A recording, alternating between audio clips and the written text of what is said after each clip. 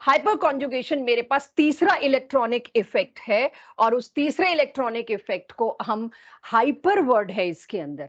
Hyper word का मतलब क्या होता है? नॉट नॉर्मल, कुछ ज्यादा ही है। हाइपर एक्टिव बोलते हैं ना हम। हाइपर यानी हमारे लिए नॉर्मल इफेक्ट से कुछ अलग ही इसके अंदर दिखने वाला है जो कहीं और नहीं मिलता, इसीलिए इसका नाम हाइपर कॉन्जुगेशन रख दिया। बीच बीच में इसके बाकी के दो नाम भी बताऊंगी, वो फिनोमिना जब आएगा तब। Hyper conjugation scientist baker Nathan ने दिया था, तो उनके नाम से भी इसको बेकर नेथन इफेक्ट बोला जाता है। Hyperconjugation is also known as Baker Nathan effect. What is hyperconjugation? ये इफेक्ट काम कहां आता है? लास्ट क्लास में दो इफेक्ट पढ़े थे। सारे इफेक्ट्स काम किधर आएंगे? कुछ ना कुछ स्टेबलाइजिंग इंटरैक्शन के नाम से ये जाने जाते हैं। किसी ना किसी चीज को स्टेबल करने के लिए मुझे इनकी जरूरत पड़ेगी। जहां स्टेबिलिटी आएगी वहां अनस्टेबिलिटी भी आएगी। कि इन चार में से कौन सा स्टेबल है, उसके लिए ढूंढिए पहले तो इंटरैक्शन। कौन कौन सी इंटरैक्शन लग रही है, तो ध्यान से सुनिएगा हम किधर जा रहे हैं। अगर अब मैं आपको कहूंगी फलाने ये 5 कार्बोकेटायन है, इनमें सबसे ज्यादा स्टेबल बताइए कौन सा है? हो सकता है सबसे पहले अभी आप क्या ढूंढोगे? इंडक्टिव, क्योंकि लास्ट क्लास में पढ़ा है नहीं। बट फिर भी आपने इंडक्टिव ढूंढा तो आप कहोगे इन दो में तो इंडक्टिव इफेक्ट भी सेम लग रहा है। फिर दूसरी किसी स्टेबिलिटी इंटरेक्शन पे जाना पड़ेगा। शायद वो दूसरी स्टेबिलिटी इंटरेक्शन हो हाइपर कॉन्जुगेशन, हो सकता है उसमें भी सेम लग रहा है। फिर तीसरी किसी स्टेबिलिटी इंटरेक्शन पे जाना पड़ेगा। These 3 effects are nothing but stability interaction. Inductive, hyperconjugation, resonance, ये तीन मेनली किसी भी चीज की स्टेबिलिटी को एक्सप्लेन करने के लिए होते ही ये तीन है, जिसमें इंडक्टिव की कोई वजूद नहीं होता, कोई वैल्यू नहीं होती, कहीं लगता ही नहीं है। लगते हैं तो दो लगते हैं, रेजोनेंस एंड हाइपर कॉन्जुगेशन। तो अब हाइपर कॉन्जुगेशन क्या है? करीबन अगले 15 मिनट आपके लिए अनकंफर्टेबल हो सकते हैं। आप समझिए क्या है हाइपर कॉन्जुगेशन, और हाइपर कॉन्जुगेशन को विद डायग्राम धीरे धीरे आपको समझ में आएगा। हमने chemical bonding of this year पढ़ा है एक फिनोमिना रेजोनेंस नाम का। अगर आपको याद हो तो हमने कुछ ऐसा रेजोनेंस पढ़ा था, और जिसमें बात हुई थी कि पाई बॉन्ड जो है अपनी जगह छोड़ देता है। मैं और इजी और डायरेक्ट एग्जांपल पे आऊं जो तो आप लोगों को बड़े अच्छे से याद होगा, कार्बोनेट वाला। दिस, ये एग्जांपल सबको याद होगा। और इस एग्जांपल में मैंने क्या बताया था? हो सकता है ये नेगेटिव चार्ज इधर आए, उसके चक्कर में ये पाई बॉन्ड इधर आए। तब हम क्या बोलते थे? पाई बॉन्ड यही वाला क्यों बनाएगा? शायद इस ऑक्सीजन ने पाई बनाया हो, इन दोनों पे नेगेटिव चार्ज हो। शायद इस ऑक्सीजन ने पाई बनाया हो, बाकी दो पे नेगेटिव चार्ज हो। और फिर हम हाइब्रिड फॉर्म बोल देते थे। पाई बॉन्ड तो घूमे ही जा रहा है, कभी इधर कभी इधर और कभी इधर, और मेरे मॉलिक्यूल का स्ट्रक्चर, पूरे मॉलिक्यूल पे मैं 2 नेगेटिव चार्ज लगा देती थी भाई, जिस पे पाई बॉन्ड है बाकी दो पे एक एक नेगेटिव चार्ज। ये रेजोनेंस आप लोग पढ़ के आए हो। और रेजोनेंस में जितने भी केसेस आपको कराए गए उसमें एक ही चीज घुमाई गई अपनी जगह से, वो कौन सी चीज? Pi bond. रेजोनेंस जितना केमिकल बॉन्डिंग में किया उसमें सिर्फ आपको यही बताया गया पाई बॉन्ड इधर भी हो सकता है, इधर भी हो सकता है, जैसे बेंजीन के 3 पाई बॉन्ड। तो जब हम केमिकल बॉन्डिंग में रेजोनेंस पढ़ते हैं तो हमारे दिमाग में फिट हो जाती है ये सिर्फ पाई बॉन्ड को लेके है। ठीक है, अभी तक तो उसी से चलते हैं, हालांकि उसको लेके नहीं है। लेकिन रेजोनेंस में कभी भी आपने देखा होगा सिग्मा बॉन्ड को मैंने हाथ नहीं लगाया, उसको हमेशा सॉलिड लाइन से बनाया। पहली बार आप रेजोनेंस से भी ऊपर की चीज पढ़ रहे हैं जिसमें डीलोकलाइजेशन का मतलब, अब मेरी क्लास को पता है, अपनी जगह बदल के थोड़ा सा इधर उधर फैलना, डीलोकलाइजेशन। यानी कि कहीं पर भी आप पाई बॉन्ड देखते हो ये लोकलाइज्ड है, मतलब 2 कार्बन के बीच में ही है, इट इज लोकलाइज्ड। लेकिन अगर किसी वजह से इसकी जगह बदल रही है तो मैं कहूंगी पाई बॉन्ड क्या हो रहा है? डीलोकलाइज हो रहा है। तो delocalisation of C single bond edge for the first time and last time in our subject we will see single bond भी कभी डीलोकलाइज होता है। पूरा पूरा उठ के डीलोकलाइज होने का मतलब यहां पर क्या है? पूरा उठ के कहीं जाना। ओके, देखते हैं, कह रहे हैं थोड़ी देर तो मानना पड़ेगा। It is delocalisation of C H के बीच बना सिग्मा बॉन्ड जो कि which is attach to an atom with unsaturated, atom का मतलब यहां कार्बन ही है, ऑर्गेनिक चल रही है तो एटम का मतलब यहां कार्बन ही है, which is attach to a carbon atom with unsaturated system और अ एमटीपी ऑर्बिटल। पहले इसके टुकड़े करते हैं, क्या लिख दिया। अगर पूरे किसी ऑर्गेनिक कंपाउंड में कहीं पर आपको ऐसा कार्बन मिला जो अनसैचुरेटेड है, बहुत आसान है ढूंढना आपके लिए अनसैचुरेटेड, पाई बॉन्ड, या ऐसा कार्बन जिसका एक पी ऑर्बिटल एम्प्टी हो। Can somebody give me example ऐसा कार्बन जिसका एक पी ऑर्बिटल एम्प्टी हो? लास्ट क्लास कार्बोकेटाइन, यानी कार्बोकेटाइन में हम सबको पता है कि एक कार्बन ऐसा होता है जिसका कि जो पॉजिटिवली चार्ज कार्बन है जिसका कि पी ऑर्बिटल खाली होता है। वहां वाले केस में, ऐसे केस में CH सिग्मा बॉन्ड उसको पूरा भरने चल पड़ता है। पहली बार देख रहे हैं हम सिग्मा बॉन्ड चल पड़ता है। ऐसे इफेक्ट को कहते हैं हाइपर कॉन्जुगेशन। तो ये इंग्लिश टू हिंदी से समझ नहीं आता, ये समझ आता है एक एग्जाम्पल से। तो अब मैं हाइपर कॉन्जुगेशन एग्जाम्पल आपको समझाती हूँ। फर्स्ट केस, इसमें अनसैचुरेशन तो मैंने पहले ही दिखा दिया कहां पर है। अनसैचुरेशन जहां पर है, जो जो मेरा पॉइंट ऑफ रेफरेंस है, मेरा डिस्कशन जिस जगह पर हो रहा है वो इस जगह पे हो रहा है। एक और कॉमन नेमिंग तो नहीं, कॉमन नंबरिंग चलती है, अल्फा बीटा गामा डेल्टा। मेरे पहले पड़ोसी को मैं अल्फा बोलूंगी, दूसरे पड़ोसी को मैं बीटा बोलूंगी, तीसरे पड़ोसी को मैं गामा बोलूंगी। फर्स्ट मेरा पहला पड़ोसी क्या होगा? अल्फा। इस अनसैचुरेटेड सिस्टम के साथ लगा पहला कार्बन क्या होगा? अल्फा। अब हाइपर कॉन्जुगेशन समझिए क्या था जो ऊपर लाइनें लिखी हुई थी। इस पाई बॉन्ड को देखें हम, पाई बॉन्ड बहुत लेबाइल होता है, बहुत बहुत लेबाइल, मोबाइल और रिएक्टिव, इन तीनों को एक ही बात बोलते हैं। बहुत रिएक्टिव होता है, बहुत लेबाइल होता है क्योंकि घूमने को तैयार होता है। तो इतना लेबाइल है ये कि जैसे इसे पता चला इसके पड़ोस में तो एक कार्बन है, ऑब्वियसली ऑर्गेनिक में कार्बन नहीं होगा तो क्या होगा, वो इसके इंटरेस्ट का एरिया नहीं था। इसके पड़ोस वाले कार्बन पर सिग्मा बॉन्ड से एक H लगा, और H का बेसिक नेचर आपने पढ़ा है इक्विलिब्रियम में, happy to leave as H positive. H का नेचर क्या है, तभी उसी से तो सारे एसिड्स बने। H की लाइफ क्या है? मेरा एक इलेक्ट्रॉन लीजिए, मुझे बिल्कुल फ्री करिए। H इज हैप्पी कि कोई मेरे से आके इलेक्ट्रॉन मेरा ले ले, लेने वाला होना चाहिए कोई। अब मेरी क्लास से मैं पूछती हूँ, क्यों इस कार्बन ने इस कार्बन को देख के इससे इलेक्ट्रॉन मांगा? अब तक मैंने पढ़ाया नहीं है, लेकिन केमिकल बॉन्डिंग में पढ़ के आए हैं। अब तक की बेसिक गट फीलिंग से अगर बता सको तो क्या था इस कार्बन में जो इसने पड़ोसी कार्बन से इलेक्ट्रॉन खींचे, जिसकी वजह से इसने कहा मेरे पास एक H ऐसा बैठा है जो इलेक्ट्रॉन रखना नहीं चाह रहा, मेरे को तो स्टेबिलिटी की वजह से मजबूरी है उसके साथ बॉन्ड बनाए बैठे, तुम ये वाला ले लो। और किसका एस कैरेक्टर कम? बिल्कुल सही, ये sp2 है। एस कैरेक्टर कम होने से क्या होता है? राइट, एस कैरेक्टर कम है, ज्यादा है, sorry, as compare to this s character ज्यादा है। इस वाले का एस कैरेक्टर 25% होगा, sp3 हाइब्रिडाइज। इस वाले का एस कैरेक्टर 33% होगा, थोड़ा ज्यादा है। ज्यादा होने की वजह से ये इलेक्ट्रॉन डेंसिटी तो वैसे ही मांग रहा था। ऑल्दो ये मैंने इसलिए दिया कि आपको ऐसा लगना चाहिए कुछ आपका पिछला नॉलेज या जाना पहचाना आ रहा है, बिल्कुल नहीं। ये एक रीजन बन सकता है, लेकिन ज्यादा बढ़िया रीजन क्या है?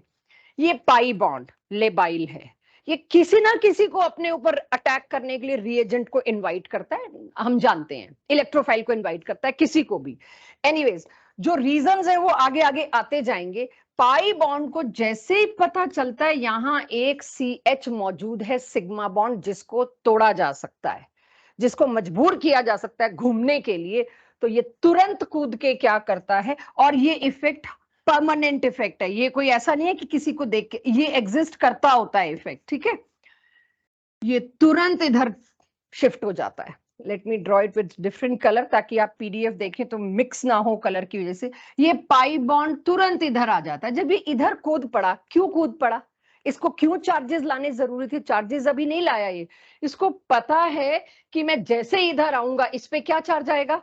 पॉजिटिव। इसका पॉजिटिव भरने के लिए ये बेवकूफ बैठा, ये आ जाएगा इधर, क्योंकि हाइड्रोजन तैयार है, ले लो, मैं तो चाहता हूं मेरे पर H+ आए, I am happy as H+, I want to leave you as H+, और ये तुरंत इधर आ जाएगा। What will happen? देखना जो मैंने बनाया सही बनाया, ये पूरा बॉन्ड इनके बीच में आया तो इसको क्या बनना पड़ गया? डबल। और ये उठ के इसके ऊपर गया, आ तो गया, लेकिन इसको रियलाइज हुआ कि मैंने लालच में किसी और का बॉन्ड अपने पास रख तो लिया, आई एम तो रिच, लेकिन मेरे ही मॉलिक्यूल में एक ऐसा कार्बन खड़ा हो गया जिस पे चार्ज आ गया। वो पसंद नहीं करता चार्ज, ये पसंद करता है। फिर fight, I am not happy, आपने मेरे को चार्ज दे दिया, वापस, and this will go on. अब आप सोचिए, अभी बिल्कुल कुछ पूछने लायक नहीं है, हम तो थोड़ी देर देना, फिर आपके क्रॉस क्वेश्चन लूंगी।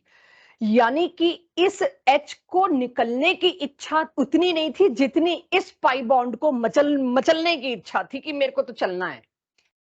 तो ये चल पड़ा और उसकी वजह से इस H के ऊपर पॉजिटिव, इधर इस कार्बन के ऊपर नेगेटिव। इमीडिएटली रियलाइज हुआ यार ये तो गड़बड़ हो गई, वापस। तो हम वापस चले। कैसे चले वापस? हाउ आई गो? ये क्या करेगा? वापस बॉन्ड। और ये क्या करेगा? वापस इधर। तड़ तड़ तड़ तड़ होते रहेंगे आपस में। सोच के देखिए, यहां पर जैसे ही इसका सिग्मा बॉन्ड इधर शिफ्ट हुआ, H प्लस क्या चाहता था? Leave me as H positive, I will release myself. वो रिलीज कर पाता उससे पहले इधर से फिर आगे नहीं, वापस लो अपना। उसके चक्कर में H प्लस कहीं जा नहीं पाया। और पहली बार हम देख रहे हैं बिना बॉन्ड के भी कोई चीज जुड़ी हुई है। Have a look. ये दो डॉग्स हैं, उनके बीच में बोन है, कभी बोन इसके मुंह में है, कभी बोन इसके मुंह में, ना इसको छोड़ पा रहा है वो, ना इसको छोड़ पा रहा है। पहली बार आप देख रहे हो कि कोई चीज, आप देखिए आज तक हमने ऐसा नहीं किया होगा कि ऐसे बना के छोड़ा हो। सोल्यूशन में है या कहीं भी, इसको दूर चले जाना चाहिए था, फिर भी टिका हुआ है बिना बॉन्ड बनाए। बिना बॉन्ड बनाए भी वहां रुका हुआ है। क्यों? क्योंकि पक्का ये जाए उससे पहले वापसी हो गई। क्या आप जाओ उससे पहले फिर इधर, यानी ये गेम चलता रहा। कभी वो बोन, जिसको मैं बोन बोल रही हूँ, वो है बॉन्ड। कभी वो बॉन्ड इन दोनों के बीच में है, कभी वो बॉन्ड शिफ्ट होके इधर चला गया। ये टू एंड फ्रो चलता रहा। हम एक फॉर्म को अलग नहीं कर पाए, ये ऐसा होता रहा होगा। जिस वजह से हाइपर कॉन्जुगेशन को फेमसली एक नाम से जाना जाता है, एक ऐसी रेजोनेंस, हाइपर तो है ही, एक ऐसी रेजोनेंस जिसमें एक फॉर्म ऐसी बनती है जिसमें बॉन्ड ही नहीं होता दो एटम्स के बीच। No bond resonance is its famous name, hyperconjugation is its logical name, but no bond resonance because इसमें एक स्टेज ऐसी आती है जहां पर जो फॉर्म बन रही है उसमें बॉन्ड नहीं है, फिर भी वो रुके हुए हैं, मतलब बॉन्ड के बिना भी फोर्स ऑफ अट्रैक्शन हो सकता है। वो निकल ही नहीं पाया उससे पहले, उसको फिर इनविटेशन मिल गया, नहीं जी बॉन्ड बनाइए। अब दूसरा सवाल आता है, ऐसा सिर्फ एक ही हाइड्रोजन थोड़ी करेगा, तीन तीन है। Yes, all three will do. तीनों शुरू हो गए, तो कुल मिला के ऐसी कितनी फॉर्म्स बन जाएंगी मेरे पास? दो और लिख दो। एक तो ये इस वाले हाइड्रोजन से, दूसरा इस वाले हाइड्रोजन से, तीसरा इस वाले हाइड्रोजन से। अल्फा कार्बन पे लगे हुए हाइड्रोजन को भी मैं क्या बोलूंगी? Alpha hydrogen. जितने अल्फा हाइड्रोजन उतनी हाइपर कॉन्जुगेशन फॉर्म्स। अभी थोड़ा जल्दी है ये पूछने के लिए कि हाइपर कॉन्जुगेशन का एप्लीकेशन क्या होगा। आज की क्लास में हाइपर कॉन्जुगेशन को 100 तक लेके जाना है, 1 से, मतलब इसके 12th तक आने वाले सारे सारे एप्लीकेशन आज ही होंगे। और भी होंगे उनकी वैरायटी, लेकिन एक एक एप्लीकेशन हर तरह का सारा आज लेके आऊंगी। तो हाइपर कॉन्जुगेशन ऐसी एक चीज थी जो देखी गई। किसको सपना आया, किसने जाके देखा? बहुत सारे कॉन्सेप्ट्स, बहुत सारे रिएक्शन की एक्सप्लेनेशन नहीं थी हमारे पास, वो इस इफेक्ट से आई। तो वो कॉन्सेप्ट आज ही आएंगे। आज ही आप देखोगे अच्छा इसका कोई और रीजन मिल ही नहीं रहा था, तभी सारे लोगों ने बैठ के सोचा पक्का ऐसा कुछ होता होगा। अब इस पे थोड़ा और बात करते हैं। ये जो मैंने आपको दिखाया सिग्मा बॉन्ड और पाई बॉन्ड के बीच का कुछ है, कह सकती हूं मैं। एक सिग्मा बॉन्ड अपनी जगह बदल रहा है और दूसरा कौन बदल रहा है? Pi bond. It is something to do with sigma bond and pi bond. Sigma bond कौन सा आपने पहचान लिया, पाई बॉन्ड कौन सा आपने पहचान लिया। क्लियर है सबको सिग्मा और पाई? यानी सिग्मा भी अपनी जगह छोड़ रहा है और पाई भी अपने आप को डिलोकलाइज कर रहा है। अब इसको जरा ऑर्बिटल वाइज समझते हैं। पहले इसे ड्रॉ कर लीजिए, फिर मैं इसमें बहुत कुछ कर जाऊंगी। तो जब क्वेश्चन आया है जेई नीट में और आया है, ये इजी क्वेश्चन है, वो गलत हुआ है, डिफिकल्ट अब आने वाले वो आप सही कर देते हैं। तो इस इजी क्वेश्चन को समझिए। अब आपके पास देखिएगा मैंने ऊपर के सी डबल बॉन्ड सी के पाई बॉन्ड को बनाया, सिग्मा स्केलेटन अलग बना रखा है, पाई बॉन्ड अलग बना रखा है, सबको सब, हाँ जी सेम सेम सेम।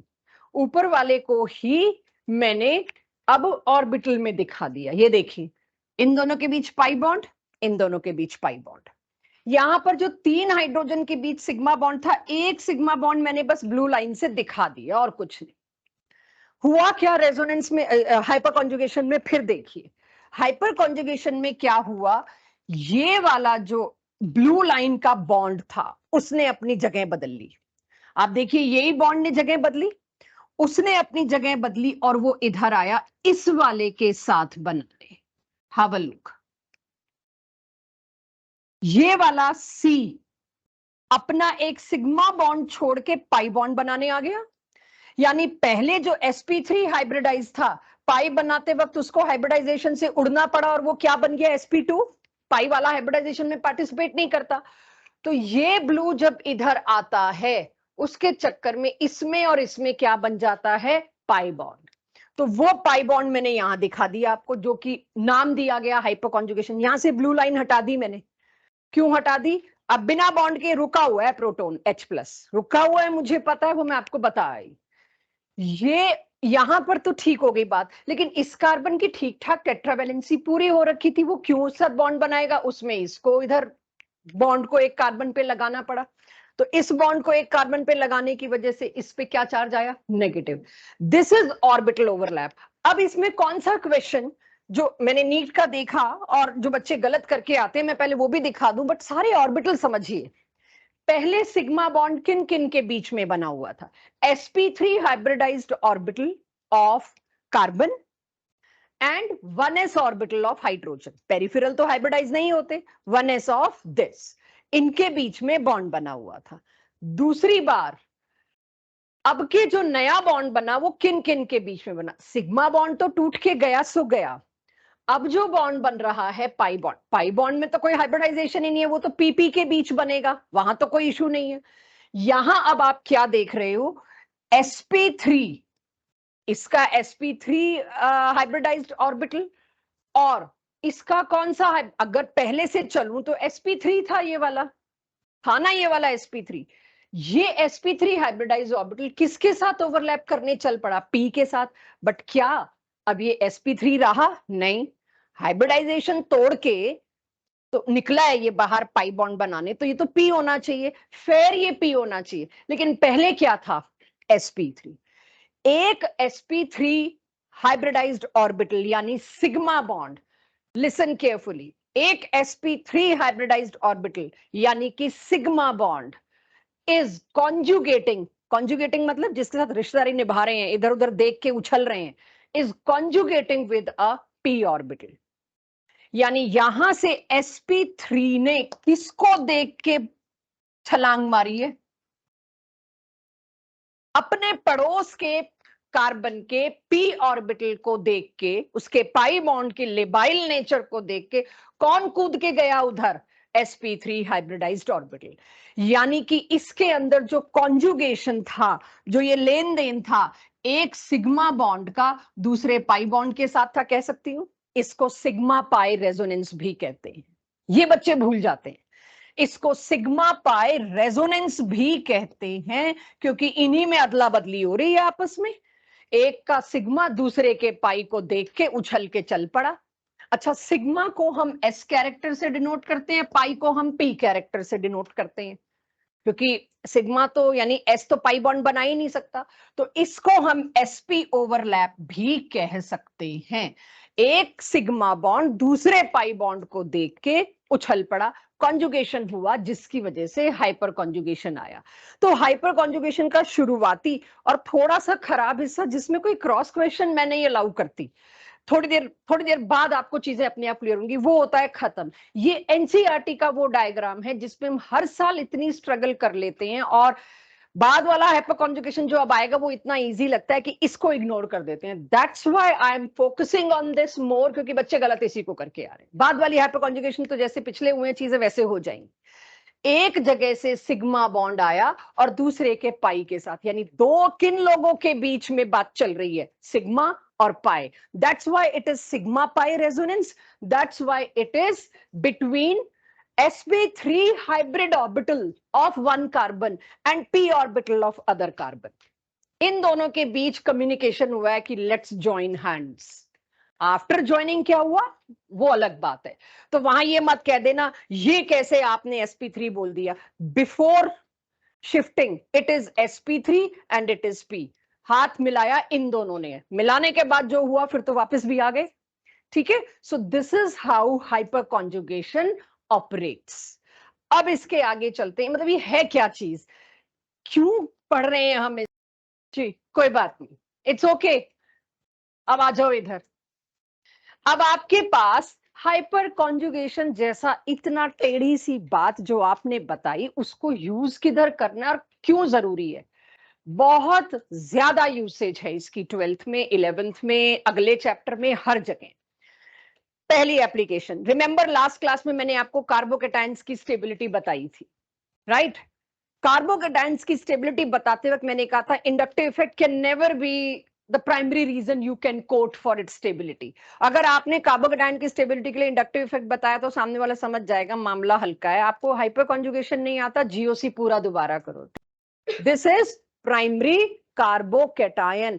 तो जो लोगों की आंखें नहीं खुली थी अभी तक, जिस कार्बन पर मेरा रेफरेंस पॉइंट है, मैं पूछ रही हूं कार्बोकेटायन कौन सा है, तो मेरा रेफरेंस क्या है, ये मैं इसके बारे में पूछ रही हूं. वो कितने कार्बन से फर्दर अटैच्ड है? एक से, दैट इज प्राइमरी. दो से, दैट इज सेकेंडरी. तीन से, दैट इज टर्शरी. तो आपके पास ये प्राइमरी कार्बोकेटायन है. Primary carbocation, again last class की बात और अब की बात, कार्बोकेटायन हमने किया था रिएक्टिव इंटरमीडिएट्स में, और ये बात हुई थी, एक लाइन हर जगह लिखवाई थी, it will try to delocalise its charge to attain stability. ये अपना चार्ज किसी और को देना चाहेगा, क्योंकि अभी तक आपके पास मैंने पूछने का मौका नहीं दिया. शायद लोग पूछ भी ले मुझसे ये हुआ ही क्यों, क्यों हुआ, मैंने मौका नहीं दिया, क्योंकि अब वो चीजें आएंगी. जैसे ही कहीं किसी रिएक्शन में कभी बीच में ये इंटरमीडिएट बना कार्बोकेटायन, इसके ऊपर है पॉजिटिव चार्ज, ये क्या करेगा? अपने आप को स्टेबलाइज करने के लिए अपने पॉजिटिव चार्ज को इधर उधर फेंकने की कोशिश करेगा. अब हुआ क्या? मेरा पॉइंट ऑफ रेफरेंस बच्चों ये था, इसके पड़ोसी को क्या बोलूं? अल्फा बोल दूं, इसके पड़ोसी को अल्फा. जो मेरा रेफरेंस था पिछले स्लाइड पे सी डबल बॉन्ड सी था, आज मेरा रेफरेंस क्या है? सी पे पॉजिटिव चार्ज. तो इसको क्या बोल दूं मैं? ये तो अल्फा कार्बन है. इस अल्फा कार्बन पे कितने हाइड्रोजन है? 3 अल्फा हाइड्रोजन. एक को पता चला कि यहां पर तो just see the common thing, एक को पता चलता है यहां पर तो मेरे पास एक वेकेंट पी ऑर्बिटल है. एवरीवन, कार्बोकेटाइन में एक ऑर्बिटल खाली होता ही है, पी ऑर्बिटल.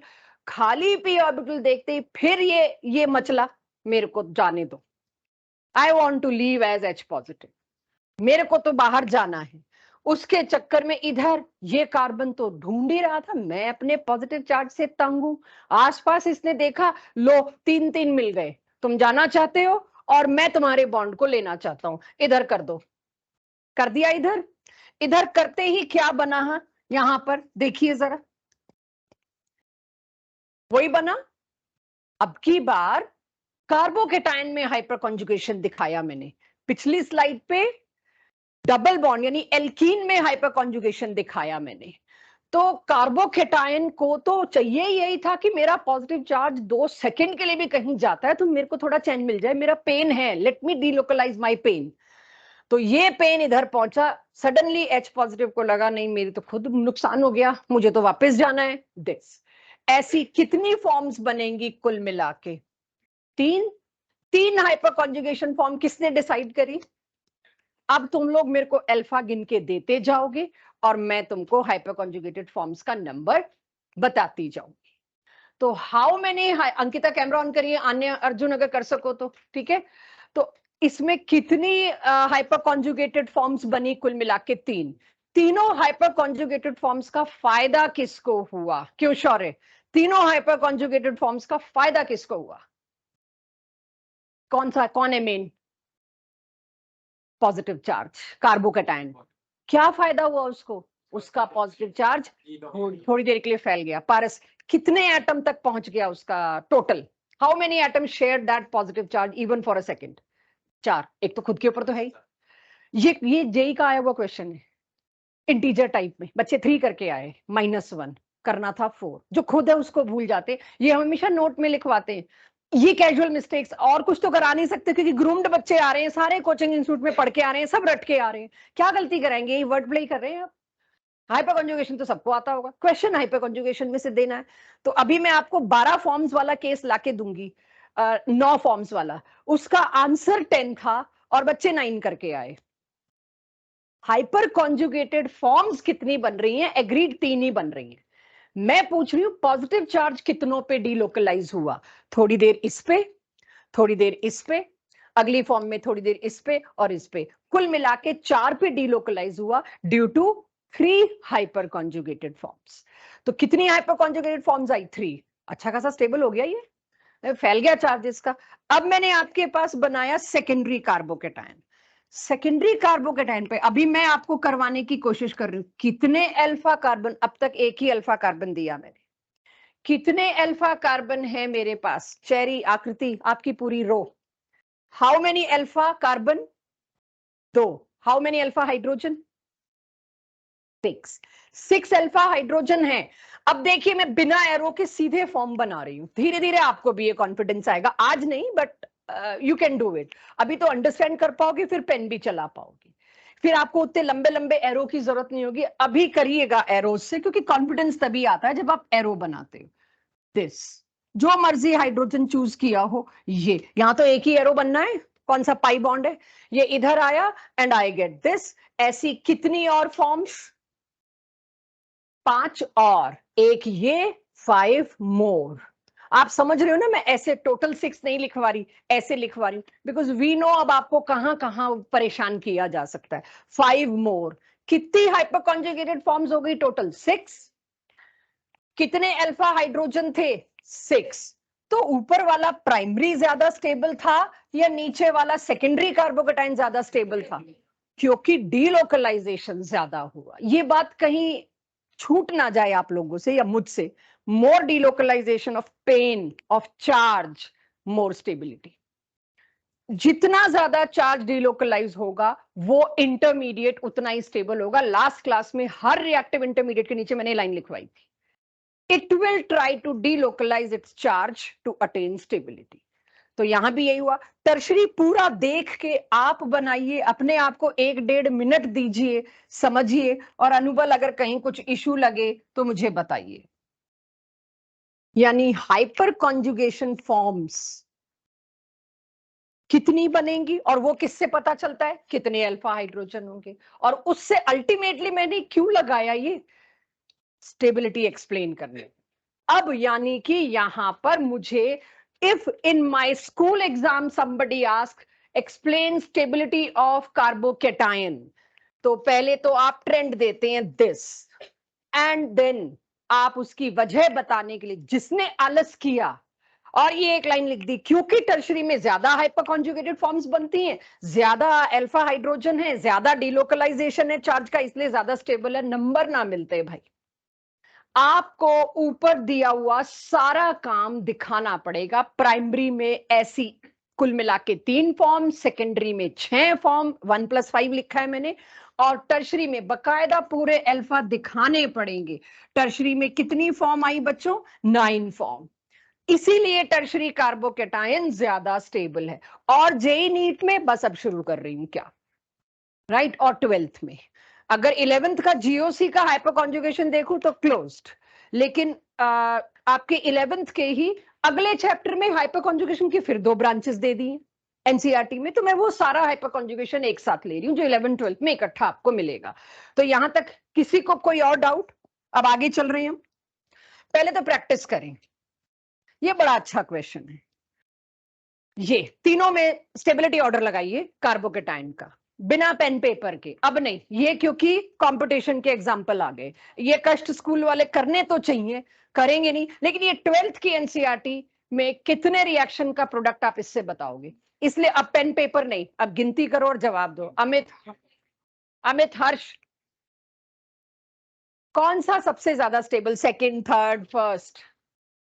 थर्ड जनता ने बोला, क्योंकि ब्रांचिंग सी दिखी, पक्का सेकेंडरी टर्शरी होगा। ऑप्टिक्स जो दिखता है वो होता नहीं है, उस पे मत जाना बच्चों। आपको एक ही चीज गिननी है, किसमें अल्फा हाइड्रोजन ज्यादा। काउंट। परिधि, किसमें अल्फा हाइड्रोजन ज्यादा। मारना अलाउड नहीं है, मारना अलाउड नहीं है। सोचो, मन कर रहा होगा मेरा। परिधि, how many alpha hydrogen this form has, this carbocation has. कितने अल्फा हाइड्रोजन है, पहले मेरे को देखना है आपको अल्फा हाइड्रोजन ढूंढने आए कि नहीं आए, फिर आगे चलूंगी। 3। अब हर एक कोई लिखिए इसके नीचे अपनी कॉपी में, क्योंकि यहीं से आपका कंफ्यूजन तैयार होगा आगे आने वाले क्वेश्चंस। यहां पर कितने, इसमें जितना ज्यादा कॉन्फिडेंट होंगे उतना जोर का गिराऊंगी मैं, ठीक है, ध्यान रखना। इसमें कितने अल्फा, 3। इसके अंदर गुरुतेज कितने अल्फा, 2। अगला पड़ोसी तो बीटा है यार। अल्फा का मतलब क्या है, पहला पड़ोसी, सिर्फ उसी का हाइड्रोजन पार्टिसिपेट करता है हाइपर कॉन्जुगेशन में। बीटा कार्बन का हाइड्रोजन लेना देना नहीं हाइपर कॉन्जुगेशन से। Now I hope you people must have understood मैंने क्यों करवाई ये चीज, ये प्रैक्टिस, क्योंकि बहुत लोगों को बहुत कंफ्यूजन होते हैं। और अभी वो चलेंगे, अभी मैं क्लियर करूंगी, उसके बाद मैं पिटाई लगाऊंगी। सो 2 अल्फा हाइड्रोजन, इसमें कितने अल्फा हाइड्रोजन भाविनी, ओनली 1। देख के तो आप लोग इसको शायद सेकेंडरी बोलते हो, थर्ड कोरस में आया था, थर्ड। अगर ऐसा इतना आसान होता तो मैं 15 मिनट पहले जो आज मैंने भूमिका बनाई है वो बनाती, कि बच्चों ये ध्यान से। सो जिसके अंदर जितने ज्यादा हाइपर कॉन्जुगेटेड फॉर्म्स वो उतना ज्यादा स्टेबल। तो अब फर्स्ट मैंने दिया ही स्टेबिलिटी ऑर्डर में था, check, only number of hyper conjugated form. इसके बाद सेकंड, मैंने फिर भी आपकी हेल्प के लिए लिख दिया नीचे, एक टर्शरी है, एक सेकेंडरी है, एक प्राइमरी है। सॉरी फॉर दैट हेल्प, मिटाना भूल गई, मिटाना था वैसे इसको। ठीक है, मेरे को तो बताओ एबीसी, हो सकता है ये ऑप्टिक्स के लिए हो, ये धोखे के लिए हो। आपने बिना अल्फा हाइड्रोजन गिने दिया, 100% गलत होगा, क्योंकि मेरे को आदत वही डालनी है। क्योंकि यहां तो हो जाते हैं, जब ऑब्जेक्टिव में आता है ना तो आपको पता नहीं लगता, इसीलिए हमेशा आदत रखो। लाओ मिथिलेश और अन्य, सबसे ज्यादा अल्फा हाइड्रोजन किस में है। लेट मी हेल्प यू, अगर किसी को दिक्कत हो रही है, अभी तो आज तो हेल्प का दिन है। ये कार्बोकेटाइन वाला कार्बन, तो अल्फा कौन सा होगा कार्बन, ये। इसमें ये कार्बोकेटाइन वाला, 3 अल्फा। आदत ये डाल रही हूं मैं कि एक से ज्यादा अल्फा हो सकते हैं, 2 से भी ज्यादा अल्फा कार्बन हो सकते हैं, 3। मैं अल्फा कार्बन गिनवा रही हूं, हाइड्रोजन बॉन्ड लाइन नोटेशन में तुम लोग गिनोगे तो यार फिर वो कार्बोकेटाइन कैसे होगा। ठीक है, चलो गुड। अब यहां पर कितने अल्फा, इसका एक ये पड़ोसी, एक ये पड़ोसी। पहले तो अल्फा कार्बन ढूंढिए, फिर अगली सीढ़ी है अल्फा हाइड्रोजन ढूंढने की। दिशा, फॉर्म नंबर 1 में, ए में, how many alpha hydrogens. Alpha carbon ये है। अब पिछली क्लास का धुल गया, कुछ नहीं है, अब सब आज का है। Harsh, how many alpha hydrogen, alpha carbon ये है, एक। क्या दिक्कत है दिशा, मुझे इंटरेक्शन चाहिए आपसे, राइट। मेरा मोटिवेशन क्या है, आप ये मत सोचो मेरे को आप लोगों को एम्बैरेस करना है, मुझे मोटिवेट होना है। लो, मेरी क्लास को आ गया, मेरे को आज खाना पच जाएगा। नहीं, मैं रात तक सोचती रहूंगी, हाइपर कंजुगेशन आया नहीं। इस कार्बन को देखो सभी लोग, जिसको भी अभी आया नहीं, इस कार्बन को देखिए, इसके 3 डंडे तो बने दिख ही रहे। कितने हाइड्रोजन बचे होंगे। बॉन्ड लाइन नोटेशन में हम तो ये सोच भी नहीं सकते हाइड्रोजन परोस के देंगे, इसीलिए बॉन्ड लाइन नोटेशन पे एक दिन लगाया था, ना लगाती तो यहां फंसती। बॉन्ड लाइन नोटेशन है, अपने आप देखो हाइड्रोजन कितने होंगे। How many alpha hydrogen, only 1 alpha hydrogen. अब यहां बता दो, 7। ओहो, हुई इतनी जोर से आया है। ओके, 3 यहां, 2 यहां और 2 यहां, बिल्कुल सही, 7 alpha hydrogen. Okay okay okay okay. मैं कहा जितने ज्यादा ओवर कॉन्फिडेंट होगे ना उतना जोर का गिरोगे। तो अरे जाओ अपने घर बैठो, मैंने तो बोला नहीं, तुमने। Anyways 3 alpha hydrogen.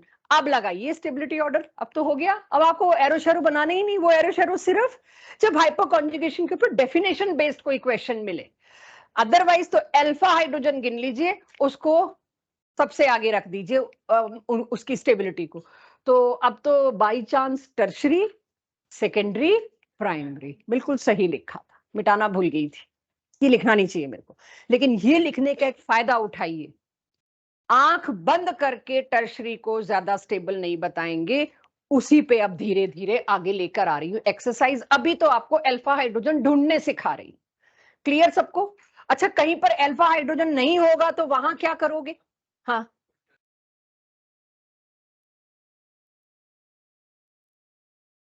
तो टर्शरी तो मैंने उसका नाम ही लिखा है, उससे वाकई फर्क नहीं पड़ने वाला।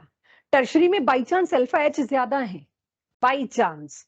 That's what I am pressurising on. Please primary secondary tertiary देख के मत दे देना ऑर्डर, ये देख के दोगे तो किसी मतलब स्कूल लेवल पे तो आपका आंसर सही हो जाएगा, ऑब्जेक्टिव में आपका 100% आंसर गलत होगा। तो चलिए, इसमें तो अब आप लोगों ने कॉन्फिडेंस भी दिखा लिया, ओवर कॉन्फिडेंस भी दिखा लिया, गलती भी कर ली। अगली गलती कराने से पहले थोड़ा गैप डालती हूँ ताकि आप थोड़े कैजुअल हो और फिर गलती हो। अब आता है हाइपर कॉन्जुगेशन का इस्तेमाल मैंने क्या किया अभी, कार्बोकेटाइन की स्टेबिलिटी बताने में, हाँ या ना? क्लियर है सबको? यानी आज के बाद कभी भी आपको कार्बोकेटाइन की स्टेबिलिटी बतानी है, सबसे पहले क्या सोचोगे? हाइपर कॉन्जुगेशन से बताते हैं। जब किन्हीं दो में अल्फा एच भी सेम आएंगे, अभी तक मैं वो केसेस नहीं लाई जिनमें अल्फा एच भी सेम, क्योंकि उसमें तीसरा इफेक्ट लगना है रेजोनेंस, वो अगली क्लास होगी। तो मैं वो केसेस ही नहीं ला रही आपके सामने, होंगे लाइन पूछे तो वही जाएंगे, पूछने तो आपसे हमने वही है। दूसरे टोटली एक और बड़े सवाल की तरफ चलते हैं। वो सवाल आया, उसके जवाब के लिए भी हमें हाइपर कॉन्जुगेशन नाम की इस चीज का मदद लेनी पड़ी। वो क्या सवाल था? फिर से stability of free radical. Free radical की स्टेबिलिटी लास्ट क्लास में कुछ खास बात नहीं की थी मैंने, बस इतना कहा था ये अपने उस डॉट को, अपने उस अनपेड इलेक्ट्रॉन को क्या करेगा? डीलोकलाइज करने की कोशिश करेगा, कुछ भी कर लो। अच्छा, फ्री रेडिकल में सबको ये याद है, फ्री रेडिकल मतलब कार्बन पे एक अनपेड इलेक्ट्रॉन। फ्री रेडिकल मतलब उसका ऑक्टेट पूरा नहीं है, उसके पास कितने इलेक्ट्रॉन है? 7 इलेक्ट्रॉन। यानी वो क्यों रिएक्टिव है, क्यों अनस्टेबल है? उसको अपना ऑक्टेट पूरा करने के लिए आसपास झांकना पड़ेगा, किसी से एक इलेक्ट्रॉन मांगना पड़ेगा। इतना याद है सबको? चलिए, तो मैं अगेन आपके पास लाती हूं फ्री रेडिकल। ये लास्ट क्लास का फ्री रेडिकल, जो लोग नहीं थे उनके लिए। फ्री रेडिकल का मतलब होता है CH3, कार्बन ने 3 बॉन्ड बना रखे और एक अकेला इलेक्ट्रॉन अनपेयर्ड अनबॉन्डेड पड़ा है उसके पास। तो 3 ही बॉन्ड है, तो हाइब्रिडाइजेशन क्या होगी? sp2। sp2 का मतलब ये 3 मैंने ट्राइगोनल प्लेनर 120 डिग्री पे बना दिए, लास्ट क्लास में कर लिया था ये। एक p ऑर्बिटल अनहाइब्रिडाइज पड़ा है क्योंकि उसमें इसका एक इकलौता इलेक्ट्रॉन मौजूद है जिसने बॉन्ड नहीं बना रखा। ये होता है फ्री रेडिकल। अब फ्री रेडिकल ये देखिए मैंने बनाया, और आई होप अब आप समझ रहे होंगे मैंने कौन सा फ्री रेडिकल बनाया। प्राइमरी, क्योंकि मेरा जो पॉइंट ऑफ रेफरेंस है वो क्या है? रेडिकल। उसके साथ फर्दर कितने कार्बन लगे हैं? एक। It is primary. Primary free radical में चेरी मुझे बताना, क्या हाइपर कॉन्जुगेशन दिखाने की कंडीशन फुलफिल हो रही है? क्या इस कार्बन हाइड्रोजन से कोई बॉन्ड की डिमांड कर रहा है कि मैं हाइपर कॉन्जुगेशन लगाऊं भी यहां कि नहीं? ये आपको समझ आ रहा है कि नहीं? क्या कोई है इसके आसपास जो कह रहा है अपना बॉन्ड मेरे को दे दो ना? हाइड्रोजन, नहीं नहीं नहीं नहीं, इसके आसपास कौन है जो इसका बॉन्ड मांग रहा है? हाइड्रोजन का बॉन्ड कोई मांग रहा है? Free radical. आई टेस्ट थोड़ी ही है ये, आंखें थोड़ी चेक कर रही हूँ कि चश्मा ठीक है। CH2 डॉट, बस डॉट नहीं बोला तुमने, CH2 इलेक्ट्रॉन बोल दिया।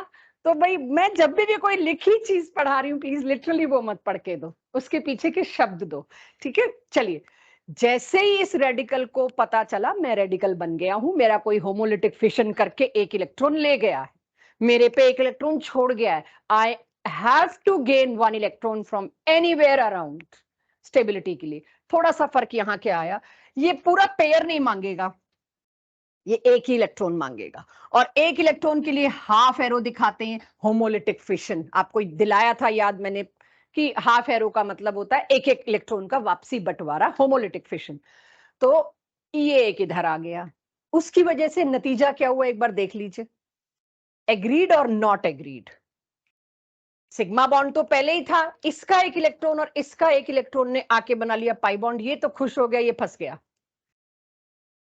फिर वापस and so on. How many hyper conjugate forms possible, एक ये और दो और। प्राइमरी फ्री रेडिकल में कितनी हाइपर कॉन्जुगेटेड फॉर्म्स, 3 सहज। सेकेंडरी में कितनी टोटल, ये तुमने रजाई ओढ़ रखी है ना, ये नींद लाने के लिए सबसे बढ़िया फैसिलिटी है, उतारो इस रजाई को, पक्का। तो नींद का रीजन आज के बाद से, चलिए आज जैसे भी है कोई बात नहीं है, ये एग्री, आज के बाद से जो अपनी हुडीज की जो रजाई यहाँ ओढ़ के ये करके और वो जेब में हाथ डाल के ये जो यूं बैठते हैं ना, इसका मतलब मेरे को पता है हमें गर्माई मिलती है और हमें नींद आती है। तो अगली क्लास से I am not going to allow, क्योंकि यू आर यॉर्निंग ऑल्सो, तो वो रजाइयां तकिए हैं मेरे पास, मैं मंगवा सकती हूँ, आराम से टिका के सो, क्या प्रॉब्लम है, जो सोवत है सो खोवत है। यस, कितनी है इसके अंदर हाइपर कॉन्जुगेटेड फॉर्म्स, 6। इसके अंदर कितनी है, 9। Tertiary free radical is more stable because of 9 alpha hydrogen, 9 hyper conjugated forms, more delocalisation is more stability. अपनी कॉपी में ये बोर्ड पूरा फटाफट बनाइए, इसमें थोड़ा हाथ आपका साफ होना जरूरी है, हाथ चलना जरूरी है, कॉन्फिडेंस तभी आएगा। मतलब मैं हाइपर कॉन्जुगेशन पे एक क्लास इन्वेस्ट इसीलिए कर रही हूँ, वरना कुछ और साथ जोड़ देती।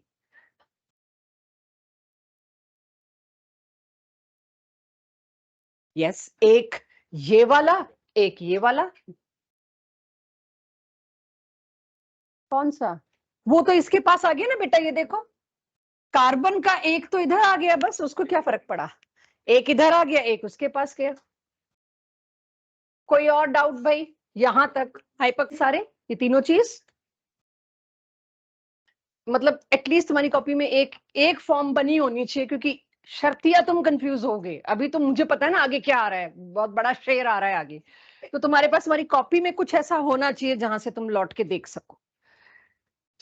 जितनी ज्यादा डीलोकलाइजेशन होगी जो कि टर्शरी में होती है, वो हमेशा उतना ही स्टेबल होगा। बच्चों ये फॉर्म बनाने का कॉन्फिडेंस होना चाहिए, आज नहीं आज के बाद, आज तो होगा। ये कैसे एकदम से हम बना लेते हैं, ये पकड़ लाने में थोड़ी आपकी घिसाई होगी कॉपी में, वो करने से डरिएगा मत, बचिएगा मत।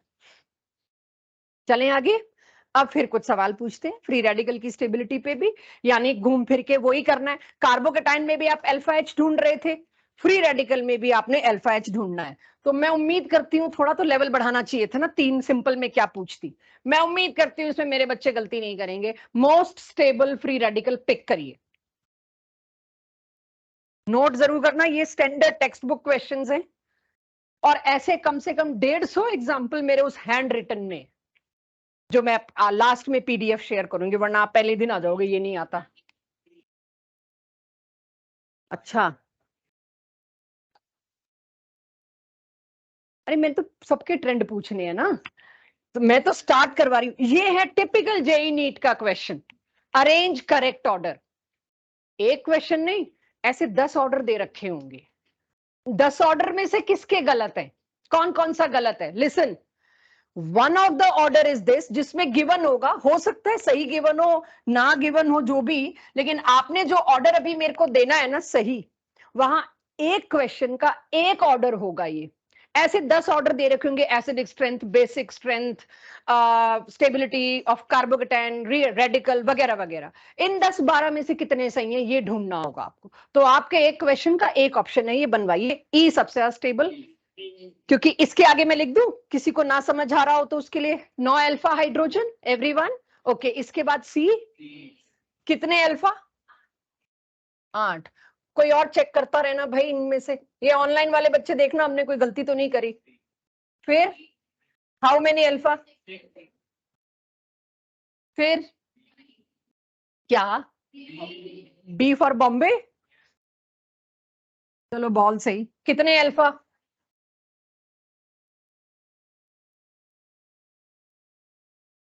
इसके बाद शट अप, यही रह गया, हो गए सारे। ओके, अब मुझे बताइए एवरीवन, अल्फा हाइड्रोजन गिनने में कहीं किसी को लगता है ट्रैप है, ट्रबल है, तो this is right time to ask. जब तक आपके पास अल्फा हाइड्रोजन का काउंट नहीं आएगा तब तक आप कॉन्फिडेंटली ऑर्डर नहीं बता सकते। जहां दोनों में सेम अल्फा होंगे वो फॉर्म अगली क्लास में आएंगी, अभी नहीं बता सकती मैं। ठीक है, क्लियर है सबको ये ऑर्डर? कोई ऑब्जेक्ट करना चाहे? अन्या, अर्जुन, मिथिलेश, क्लियर है? चलिए एक और देती हूं मैं आपको, शायद, या एक नहीं, अब एक और चीज। डाउट है कोई? ये लिखना बहुत जरूरी है, ये आपके लिए एक स्टैंडर्ड टेक्स्ट बुक चीजें हैं जो आपके हाथ में होंगी, तो आपको कोई परेशान नहीं कर सकता हाइपर कॉन्जुगेशन में। अब आ जाइए तीसरी एप्लीकेशन, 5 एप्लीकेशन है कुल मिला के हाइपर कॉन्जुगेशन की। तीसरी एप्लीकेशन, स्टेबिलिटी ऑफ एल्कीन्स। अगले चैप्टर में जाते ही मेरे को एल्कीन के रिएक्शन पढ़ने हैं और वहां एक ही लाइन लिख देते हैं, और ये सब कुछ एनसीईआरटी में है। Stability of alkene done in फला चैप्टर +1, 12th में भी लिखा हुआ है, 11th के अगले चैप्टर में भी लिखा है। तो स्टेबिलिटी ऑफ एल्कीन में सबसे पहले देखिए मैंने आपको क्या बना के दी है, 2 एल्कीन, prop 1ene ब्यूट 2ene। मेरे को यहां पर क्योंकि हाइपर कॉन्जुगेशन दिखाना है तो मैंने ओपन लिखा है। आपको दिए गए क्वेश्चन चाहे स्कूल के हो चाहे ऑब्जेक्टिव हो, ओपन स्ट्रक्चर के बजाय क्या आएगा, कुछ ऐसा, आईयूपीएसी ने। prop 1ene और ब्यूट 2ene में से कौन सा ज्यादा स्टेबल है? Pick and tell me. जो मैंने हिंट लिखी है क्लियरली, पहले ही 2 में से, नीचे वाला अभी रुको, पहले 2 में से। ब्यूट 2ene में मैंने लिख रखा है 6 अल्फा हाइड्रोजन। अब मैं कोई नहीं खोल के हाइपर कॉन्जुगेशन बता रही, क्योंकि इतनी देर में आपकी इतनी ग्रोथ हो गई होगी कि पॉइंट ऑफ रेफरेंस क्या है, डबल बॉन्ड। अनुबल इसमें तुम मिसिंग थे। CH, अभी यहीं रुको। CH डबल बॉन्ड CH के अंदर भी हाइपर कॉन्जुगेशन होता है, ये मेरा पॉइंट ऑफ रेफरेंस है। इसके पड़ोस में जो कार्बन है वो क्या है, अल्फा कार्बन। दोनों अल्फा कार्बन पे कुल मिला के जो हाइड्रोजन है आंख बंद करके हाइपर कॉन्जुगेशन में पार्टिसिपेट करेंगे। तो how many hyper conjugated forms, 6। इसमें how many hyper conjugated forms, only 3। तो 3 और 6, और नीचे वाले में कितनी hyper conjugated forms, 12 hyper conjugated forms. बहुत बहुत इंपॉर्टेंट चीज आने वाली है, तो कैजुअल मत लेना इसको, ये तो रिपीटिशन है ना, कुछ और है अभी। तो 12 हाइपर कॉन्जुगेटेड फॉर्म, उसको देख के आपको पता लग गया भाई 2,3 dimethyl but 2ene is most stable, सबसे ज्यादा स्टेबल ये है। अगर इसमें मेरे को कोई लिखने को कहे तो मैं बड़े आराम से यहां लिख सकती हूं, ये तो मोस्ट स्टेबल था, ऑब्वियस रीजन आ गया।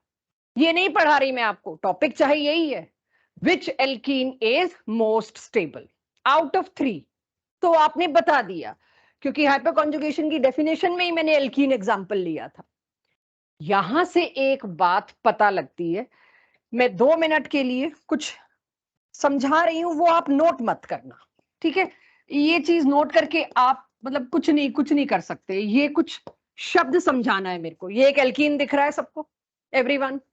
इस एल्कीन और इस एल्कीन में क्या फर्क है? अल्फा हाइड्रोजन गिन के मत बताना, हाइपर कॉन्जुगेशन मत बताना, spot the difference simple, 2 pictures में जो डिफरेंस पूछते हैं, राइट? एक थोड़ा बेटर लैंग्वेज में अगर मैं बोलती आपको तो, नहीं, हाँ ये भी कह सकते हो, मैं बोल लूं? यहां पर एक चीज बताने वाली क्या है, एल्कीन यानी C डबल बॉन्ड C वाले कार्बन पर इसमें कितने H हैं, 4। इसमें C डबल बॉन्ड C वाले कार्बन पर एक H सब्स्टिट्यूट होके क्या दे दिया, मिथाइल। मिथाइल की शॉर्ट फॉर्म Me। इसको मैं क्या बोलती हूं, ध्यान से, इसी शब्दों में एनसीईआरटी में बहुत ट्रैप किया आपको, मोनो सब्स्टिट्यूटेड एल्कीन। आज के बाद इतना मिलने वाला है ये वर्ड आपको। हम क्या सोचते हैं, ब्यूट 2ene है कि ब्यूट 3ene है कि पेंट 3ene है, ये 2 हमको है, पेंट 2ene है। अगले कहते हैं मोनो सब्स्टिट्यूटेड एल्कीन। इसका क्या मतलब है, C डबल बॉन्ड C पे सिर्फ एक सब्स्टिट्यूशन और बाकी तो ऑब्वियस है हाइड्रोजन है। हो गया अपने आप प्रोपीन।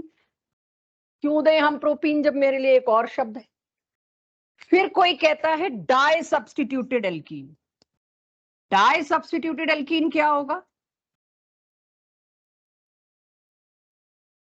क्लियर? हाँ, ट्राई सब्स्टिट्यूटेड, यही कह रहे थे।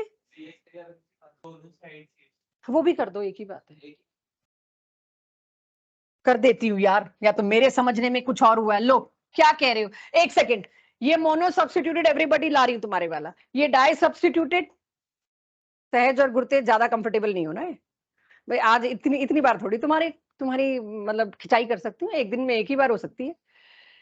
ये कितना सब्स्टिट्यूटेड? ट्राई। एक टेट्रा और बना लेती हूँ, फिर जो तुम दोनों कह रहे हो वो भी बनाती हूँ। Tetra substituted. पहले मेरे को इसमें जवाब दीजिए, फिर तुम्हारे वाला लाती हूँ। कौन सा सबसे ज्यादा स्टेबल? पलक, कौन सा एल्कीन सबसे ज्यादा stable? Tetra substituted alkenes are most stable. Can I say this general? ये आपकी एनसीईआरटी में लाइन लिखी हुई है, more substituted alkenes are more stable, explain, justify. Hyperconjugation पूरी दिखानी पड़ेगी कि जितने ज्यादा सब्स्टिट्यूटेड हैं, इसका मतलब उतने ही अल्फा कार्बन, जितने अल्फा कार्बन है उतने ही अल्फा हाइड्रोजन। सारे बनवा के आई हूं आपसे, 12 फॉर्म है इसके अंदर। लेकिन एक अकेली लाइन जो मेरे को एंड में स्लाइड पे दिखानी थी, उससे पहले मुझे लगा मैं ये सब्स्टिट्यूशन का मतलब समझा लूं। जी, आप कुछ कह रहे थे उस वक्त। हाँ हाँ, मैं इसी पे जोड़ दूं दोनों, यही कह रहे हो ना? एक किसी कंपाउंड तो बदल जाएगा, स्टेबिलिटी तो सेम रहेगी। इसी के लिए मेरे को आगे अब जाना पड़ेगा जिनकी दो की हाइपर कॉन्जुगेटेड फॉर्म सेम हो। मैं ऐसे एग्जांपल आज लाने से बच रही हूं, क्योंकि आपसे मैंने ऑर्डर पूछ लिया, आपके पास जवाब नहीं है इन दोनों में से कौन सा ज्यादा स्टेबल। क्योंकि कंपाउंड का नाम तो ऑफ कोर्स बदला, क्योंकि इसमें भी 6 अल्फा है, इसमें भी 6 अल्फा है। मेरे पास आज शायद वजह नहीं है, अगली क्लास तक मैं वजह ला पाऊंगी, जो मैं आपको बार बार कह रही हूं कि अभी दोनों सेम वाले केसेस आई एम होल्डिंग। हो सकता है कोई वजह अब तो मेरे को लिख के याद भी आ रही है, बट आई एम कंट्रोलिंग कि मेरे को आज ये बात नहीं करनी। पहले आप हाइपर कॉन्जुगेशन लायक बनिए प्रॉपर। तो अब यानी कि जो पिछली स्लाइड चल रही थी, मैंने इसको आपको नोट करने को इसलिए मना किया था कि ये एक बड़ी बेसिक सी समझ है, इसके लिए नोट्स नहीं बन सकते। कि यहां आके मुझे एक बात पता चलती है, this more substituted alkenes are more stable. For example, जब आपको ये आंसर देना होगा why more substituted alkenes are more stable, अपने आप को जवाब देना होगा। तो मैंने 3 एल्कीन्स बनाए, एक बिना किसी सब्स्टिट्यूशन के, एक मोनो सब्स्टिट्यूशन, एक डाई। कॉन्सेप्ट क्लियर होना होगा तो इतने में ही हो जाएगा। मेरे को सब्जेक्टिव क्वेश्चन में नंबर मिलने होंगे तो इतने में मिल जाएंगे। मैंने एक टेट्रा सब्स्टिट्यूट बना दिया। अब टेट्रा सब्स्टिट्यूटेड के अंदर कितने हैं अल्फा हाइड्रोजन? 12। ये बहुत बार हो गई बात। तो यानी जितना ज्यादा सब्स्टिट्यूटेड एल्कीन होगा, उतना ही ज्यादा वो स्टेबल होगा। लेट मी चेक, कौन सा एल्कीन सबसे ज्यादा स्टेबल? मैंने ट्रेंड लिख दिया है, मुझे बताइए इज दिस ट्रेंड करेक्ट और इनकरेक्ट?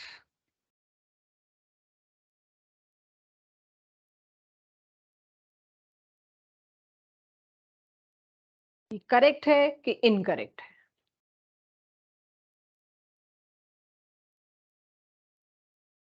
इसके अंदर कितनी हाइपर कॉन्जुगेटेड फॉर्म्स हैं? बस लिखने का तरीका बदला है, तो वही वाला केस, 12। कर लेंगे?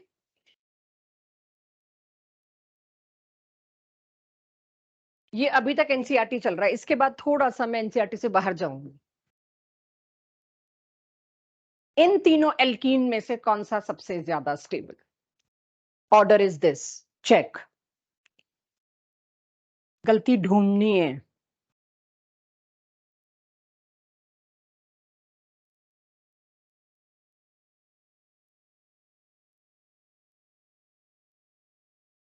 एक अल्फा, दूसरा अल्फा, तीसरा अल्फा। इस पे 3H, इस पे 2H, इस पे भी 2H। कुल मिला के ऐसा ही फ्री रेडिकल में दिया था मैंने आपको, कुल मिला के 7 alpha H। Check, is this trend okay? एक में मैंने बता दिया, तो बाकी दो में आप ढूंढने लायक होने चाहिए। तो सिर्फ बटन दबाना होता है। दो दो मतलब?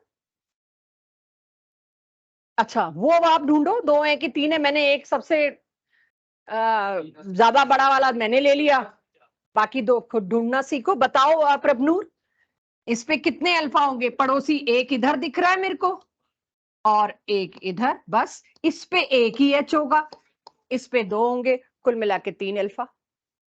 क्लियर? ऐसे ही उसका भी देख लीजिए। अब हो जाएगा एवरीवन? अब थोड़ा सा मैं कंपटीशन का पार्ट पकड़ रही हूं, और एक क्वेश्चन तो है ही पेंडिंग पे।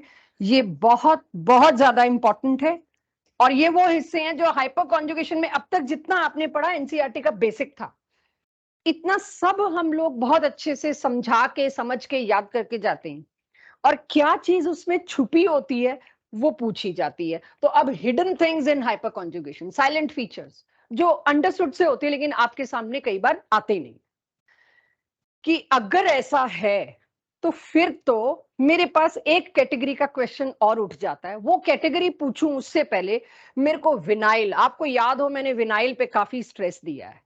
क्यों दिया? क्योंकि आई नो आगे क्या आ रहा है। मेरे बच्चों को विनाइल पता नहीं होगा तो मेरी आज तो लेक्चर खराब था। विनाइलिक हाइड्रोजन गलती से भी आप हाइपर कॉन्जुगेशन में पार्टिसिपेट नहीं कराओगी। अब तक हो क्या रहा था, एग्जांपल्स केसेस ही वो आ रहे थे जिनमें हाइपर कॉन्जुगेशन होता है। मैं वो केस ही नहीं लाई जिनमें हाइपर कॉन्जुगेशन नहीं होता। सवाल पूछने वाला तो सब मिक्स करके देगा। अब पहले तो मेरे को ये समझना है विनाइल क्या होता था, तो वो याद दिलाऊं। तो अगर कहीं पर ये एज ब्रांच होता था, ये वैसे क्या बोलते हैं हम इसको, इथीन। अगर मैं वैसे कहूं इथीन, या कह लीजिए एक सबसे छोटा एल्कीन है। अगर इसके एक 2 को हटा देती, यहां ब्रांच लगा देती, तो आपने नॉमेनक्लेचर में देखा है, अगर ये हमारी ब्रांच होती थी तो इसको मैंने क्या बोला, common name grey area vinyl बोलते हैं। आप अगर इसको इथिनाइल बोल रहे होते, जो कि लॉजिकली करेक्ट है रूल बुक के हिसाब से, यहां फंसते। यहां नहीं, लाइन से अब आप देखोगे हर चैप्टर में अगर 4 बार विनाइल नाम नहीं आया तो वो चैप्टर ऑर्गेनिक का है ही नहीं। तो मेरे को विनाइल तो आपके पास घुसाना था। सो विनाइलिक हाइड्रोजन कौन से होंगे? जो डबल बॉन्ड वाले कार्बन के साथ लगे हैं। मैं अल्फा की बात नहीं कर रही, हर वो हाइड्रोजन जो उस कार्बन पे जुड़ा है, जिस जो कार्बन डबल बॉन्ड का हिस्सा है, उस हाइड्रोजन को मैं क्या बोलती हूं, विनाइलिक हाइड्रोजन। तो आप लोग जो लिख रहे हैं उनके लिए ये कहीं लिखा हुआ मिलेगा नहीं।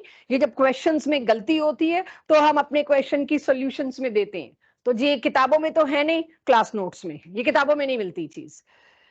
डबल बॉन्ड वाले कार्बन के ऊपर लगे हुए हाइड्रोजन्स को बोला जाता है विनाइलिक हाइड्रोजन। चलो ये तो था ही, आपने एक एल्कीन दिया, ब्रांच नहीं दी। अब मैं आपको एक दूसरा एल्कीन दे रही हूं, क्योंकि इसमें तो थे ही एक ही तरह के हाइड्रोजन, मेरे को फिर फर्क नहीं पता चला। फर्क तो तब पता चलेगा ना जब कई तरह के हाइड्रोजन हो। ये कार्बन पर हाइड्रोजन है, कौन से कार्बन पर? Doubly bonded. ये भी डबली बॉन्डेड वाले कार्बन पे हाइड्रोजन है, लेकिन ये हाइड्रोजन सिंगल बॉन्ड वाले कार्बन पे। इसको विनाइलिक हाइड्रोजन नहीं कह सकते।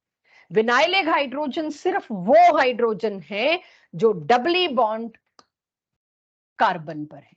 These are vinylic hydrogen. ये मैं हाइपर कॉन्जुगेशन में सिर्फ विनाइलिक का मतलब बताने के लिए लाई हूं, हाइपर कॉन्जुगेशन नहीं पढ़ा रही, लेकिन मैं ये हेडिंग पढ़ पाऊं उसके लिए मेरे को पहले बताना है किस हाइड्रोजन को विनाइलिक बोलते हैं। तब ना आपको समझ आएगा ऊपर की लाइन क्या लिखी है, इसको यूज कैसे कर। नहीं तो आज के बाद तो आप सारे सी एच बॉन्ड को चला दोगे हाइपर कॉन्जुगेशन में। Let me open this. आप अगर सोचो इस स्ट्रक्चर को मैं ओपन करके लिखती, अभी नया नया आपने हाइपर कॉन्जुगेशन पढ़ा है, आप तो ये बात कर सकते थे ये फिर ये वाला आके इधर ट्रिपल बॉन्ड बना लेगा, अपना एच छोड़ देगा। क्योंकि आपने बताया लेबाइल है, मोबाइल है, जो भी कुछ आप एक्स वाई जेड टुकड़े तोड़ के, लेकिन ये एक हिडन बात थी जिसको हम थोड़ा सा एक्सपोज कर रहे हैं। हाइपर कॉन्जुगेशन में सिर्फ उसी कार्बन के हाइड्रोजन कूदते हैं जो कार्बन sp3 हाइब्रिडाइज्ड होता है। इसको किसी भी तरीके से लिखो, समझो मैंने उस तरीके से लिखा जो बच्चों को डिफिकल्ट लगता है। मैं ये भी लिख सकती थी कि जिस कार्बन का हाइब्रिडाइजेशन sp3 है सिर्फ उसी का हाइपर कॉन्जुगेशन में पार्टिसिपेट करता है H, वो तो वैसे भी चल ही रहा था। आपको तो मुझे ये हाईलाइट करना है कौन सा पार्टिसिपेट नहीं करता। तो कौन सा नहीं करता? sp2 हाइब्रिडाइज वाला। अगले तो स्टेटमेंट में ये नहीं बोलेंगे, अगले तो विनाइलिक हाइड्रोजन बोलेंगे। तो आपको अल्टीमेटली पहुंचना वही है। तो अब विनाइलिक क्यों नहीं पार्टिसिपेट करता? Why? This was a question few years back in JEE advance, जब एडवांस सब्जेक्टिव हुआ करते थे, मतलब लिख के आना पड़ता था। और बहुत अच्छा क्वेश्चन है। और अब तो खैर ये नीट जेई हर एक के लिए एप्लीकेबल है। पहले समझना फिर लिखना। ये वो चीज नहीं है जो किताबों में मिले, बुकलेट में मिले, कहीं नहीं मिलती, क्लास नोट्स का हिस्सा है। अब आप देखिए, मैं आपके लिए फिर एक कार्बोकेटायन उठा के लाई। ध्यान से देखना इस कार्बोकेटायन को। अब आने शुरू होंगे ढंग के क्वेश्चन जिसमें तुम लुढ़कने शुरू होगे और दिमाग खराब होना शुरू होगा। अब तक तो चल रहे थे एनसीईआरटी से डायरेक्ट क्वेश्चन जिसके आंसर आपको पेपर पढ़ने से पहले पता है। अब मैंने आपको दिया एक तो ये कार्बोकेटायन, देखना इस पूरे कार्बोकेटायन को। सेकेंडरी है, खैर सेकेंडरी प्राइमरी टर्शियरी तो साइड पे रख देना, उससे तो जवाब आने नहीं वाले जल्दी। ये सेकेंडरी कार्बोकेटायन है, ठीक है जी। ढूंढिए इसके पास, इसकी स्टेबिलिटी अगर मैं आपसे पूछती आप क्या ढूंढोगे? Alpha carbons. एक अल्फा कार्बन ये है, एक अल्फा कार्बन ये है। How many alpha hydrogens? 4, जिसमें 3 तो ये हैं, बड़े आराम से ढूंढ लोगे। चौथा ये जो मैंने अलग कलर से बनाया, क्योंकि वो विनाइलिक है इसलिए मैंने अलग कलर से दिखाया और लिख दिया ये विनाइलिक कार्बन था, तो ये हाइड्रोजन भी विनाइलिक था। विनाइलिक हाइड्रोजन हाइपर कॉन्जुगेशन में पार्टिसिपेट नहीं करता। पहले तो मेरे को ये बात पता होनी चाहिए क्यों आता है, लेकिन पहले मेरे को ये पता होनी चाहिए। ऑब्जेक्टिव करने के लिए 1 मिनट मिलता है एक क्वेश्चन करने को। तो पहले तो मेरे को पता होना चाहिए vinylic hydrogen do not participate. तो इसको तो मेरे को अपनी आंखों के आगे से हटाना है। सिर्फ 3 alpha hydrogen will participate in hyper conjugation, although 4 are present. हैं 4 अल्फा हाइड्रोजन, दोनों साइड के पड़ोसियों को अल्फा बोलते हैं, no denying in this thing. दोनों पे टोटल मिला के 4 अल्फा हैं, 4 में से एक पार्टिसिपेट नहीं कर रहा, सिर्फ 3 अल्फा हाइड्रोजन पार्टिसिपेट कर रहे हैं। This is way above out of NCERT. ये सिलेबस में नहीं है, अबाउ तो नहीं कहूंगी मैं, सिलेबस में नहीं है, बिल्कुल कभी नहीं पूछते, इवन 12th एनसीईआरटी में भी नहीं पूछेंगे। क्यों का जवाब अब देती हूं। अगर मैंने इसको पार्टिसिपेट कराया होता तो क्या होता? यहां आता ये, अगला राजी हो जाता, सी का पॉजिटिव चार्ज न्यूट्रलाइज हो जाता, उससे क्या बनता? 2 डबल बॉन्ड्स एक साथ। 2 डबल बॉन्ड एक साथ आना, एक ही कार्बन पे इतनी ज्यादा इलेक्ट्रॉन डेंसिटी का इकट्ठा होना, वो हवा पानी में ही नहीं टिक पाएगा, वही रिएक्ट कर जाएंगे। हाईली अनस्टेबल, इतना अनस्टेबल है कि ये अल्फा इधर आने की सोच ही नहीं पाएगा, उसके बाद बम फूटना है। ये बनना ही पॉसिबल नहीं है, क्योंकि इसको तो रुकाने के लिए पता नहीं मेरे को कितनी एनर्जी लगानी पड़ेगी कि भाई रुक जा, because it is highly repulsive. बहुत फोर्सेस ऐसे रिपल्शन है कि नहीं टिक पाया। जब भी 2 डबल बॉन्ड एक साथ आते हैं उनके लिए नया फंक्शनल ग्रुप है। सोचिए नया फंक्शनल ग्रुप, इसको मैं एल्कीन नहीं बोल सकती, never say this is alkene. क्यों? इसमें तो पाई बॉन्ड है, डबल बॉन्ड है, डबल बॉन्ड को तो एल्कीन कहते हैं ना। 2 डबल बॉन्ड एक साथ आना, भाई इसकी केमिकल प्रॉपर्टीज बिल्कुल बदल गई, धमाका करता है ये एल्कीन नहीं है, ये एक नया फंक्शनल ग्रुप है, इसको नया नाम दिया एलीन। तो that is the reason vinylic H कभी कंबाइन नहीं करता हाइपर कॉन्जुगेशन में। एसर्शन रीजन में, या which of the following statement is correct incorrect में, be prepared for such things. Note करिए वो। अच्छा, इस कार्बन की हाइब्रिडाइजेशन क्या होगी? sp2। मैंने एक्सप्लेनेशन नहीं दी थी, मैंने पहचानने का तरीका दिया था। एक पहचानने का तरीका है, वो हाइड्रोजन जो sp2 हाइब्रिडाइज कार्बन पे लगा है उसको विनाइलिक बोलते हैं, वो जो sp3 पे लगा उसको विनाइलिक नहीं बोलते। ठीक है, एनीवन कोई इशू? चलिए इसके आगे चलते हैं। यानी अब इतना सीधा नहीं रहा मामला, है ना? अगर कोई पूछेगा ना तो बहुत सारी चीजें सोचनी पड़ेंगी। यही होता है जब बहुत सारा पढ़ लेते हैं ना, बहुत सारे कॉन्सेप्ट लगाने पड़ते हैं, तो इजी क्वेश्चन भी हम गलत कराते हैं क्योंकि हम उसमें फालतू में वो कॉन्सेप्ट लगा रहे हो। तो ये भी आदत होनी चाहिए कहाँ कौन सा कॉन्सेप्ट लगाना है, इसीलिए डीपीपी आज दी है। हाइपर कॉन्जुगेशन तो मैं पूछ ही नहीं रही ना, उसमें इस अच्छा हाइपोकॉन्जुगेटेड फॉर्म कौन सी होगी यार? बनाओ ना, यही तो तुमसे चाहिए अब। खुद से बनाओ ना, ये वाला एक दौड़ा दो, ये वाला एक H. I want to see that. Good thing asked by somebody. बनाओ। ये तो मैंने इसका बनाया है। अब सभी लोग इस वाले का हाइपोकॉन्जुगेटेड फॉर्म बना दो एक बार प्लीज। मैं तो बना ही दूंगी। आई वॉन्ट तुम लोग बनाओ, काट पीट हो थोड़ी। अब तक सारे मेरे बने हुए नोट कर रहे हो। बनाइए इस वाले हाइड्रोजन को। अब बनाते वक्त देखिए, अभी आपको पता चल जाएगा, स्ट्रेस हो जाता है वो खुद बनाना है। ठीक है, इसके CH3 में से एक H खोल के लिख देती हूं। अब बनाओ, बनाओ चेरी। हाँ बिल्कुल, जो हाथ का इशारा किया वही करना है, एब्सोल्युटली। इस H को इधर ले जाओ, एनसीईआरटी वाले ना लोड लें इसका। देखो क्या बनता है, बहुत बढ़िया चीज बनेगी, and I am waiting for that. Conjugation, conjugated, इनको कहते हैं। कोई सिमिलैरिटी है क्या एरीन और? बट एरीन में भी कॉन्जुगेटेड डबल बॉन्ड्स हैं।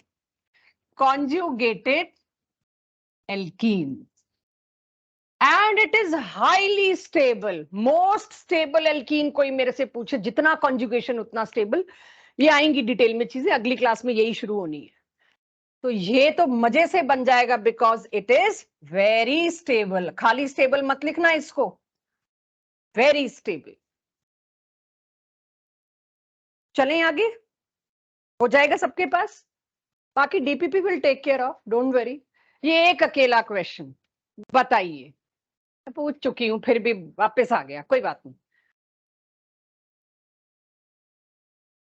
ये सभी लोग बताएंगे, मेरे को 12th में जरूरत पड़ सकती है एनसीईआरटी में। सेकंड वाला ज्यादा स्टेबल क्यों?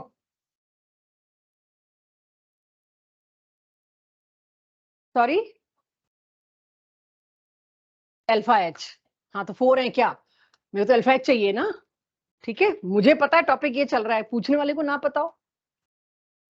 इसमें अल्फा एच गिनिए 3 और एक 4, इसमें गिनिए सिर्फ 3। ये तो पार्टिसिपेट ही नहीं करेगा, ये विनाइलिक एच, कार्बोकेटाइन। कहाँ है डबल बॉन्ड? कार्बोकेटाइन। बट अच्छा सवाल था और अच्छा कंफ्यूजन था।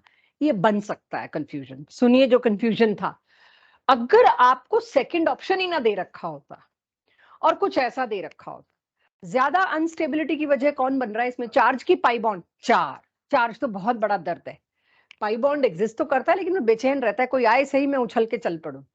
पॉइंट ऑफ रेफरेंस इसमें ये रहेगा। जब तक कहा ना जाए कि ध्यान डबल बॉन्ड पे दो, तब तक आप इसी पे ध्यान देंगे। ठीक है, क्लियर एवरीवन? यहाँ एक विनाइलिक ने आके धोखा कर दिया, ये बात हो चुकी थी बट चलो क्वेश्चन फॉर्म में आई। यानी कुल मिला के आपके पास 3 तरह के एल्कीन्स आएंगे। एक तो आइसोलेटेड एल्कीन, राइट।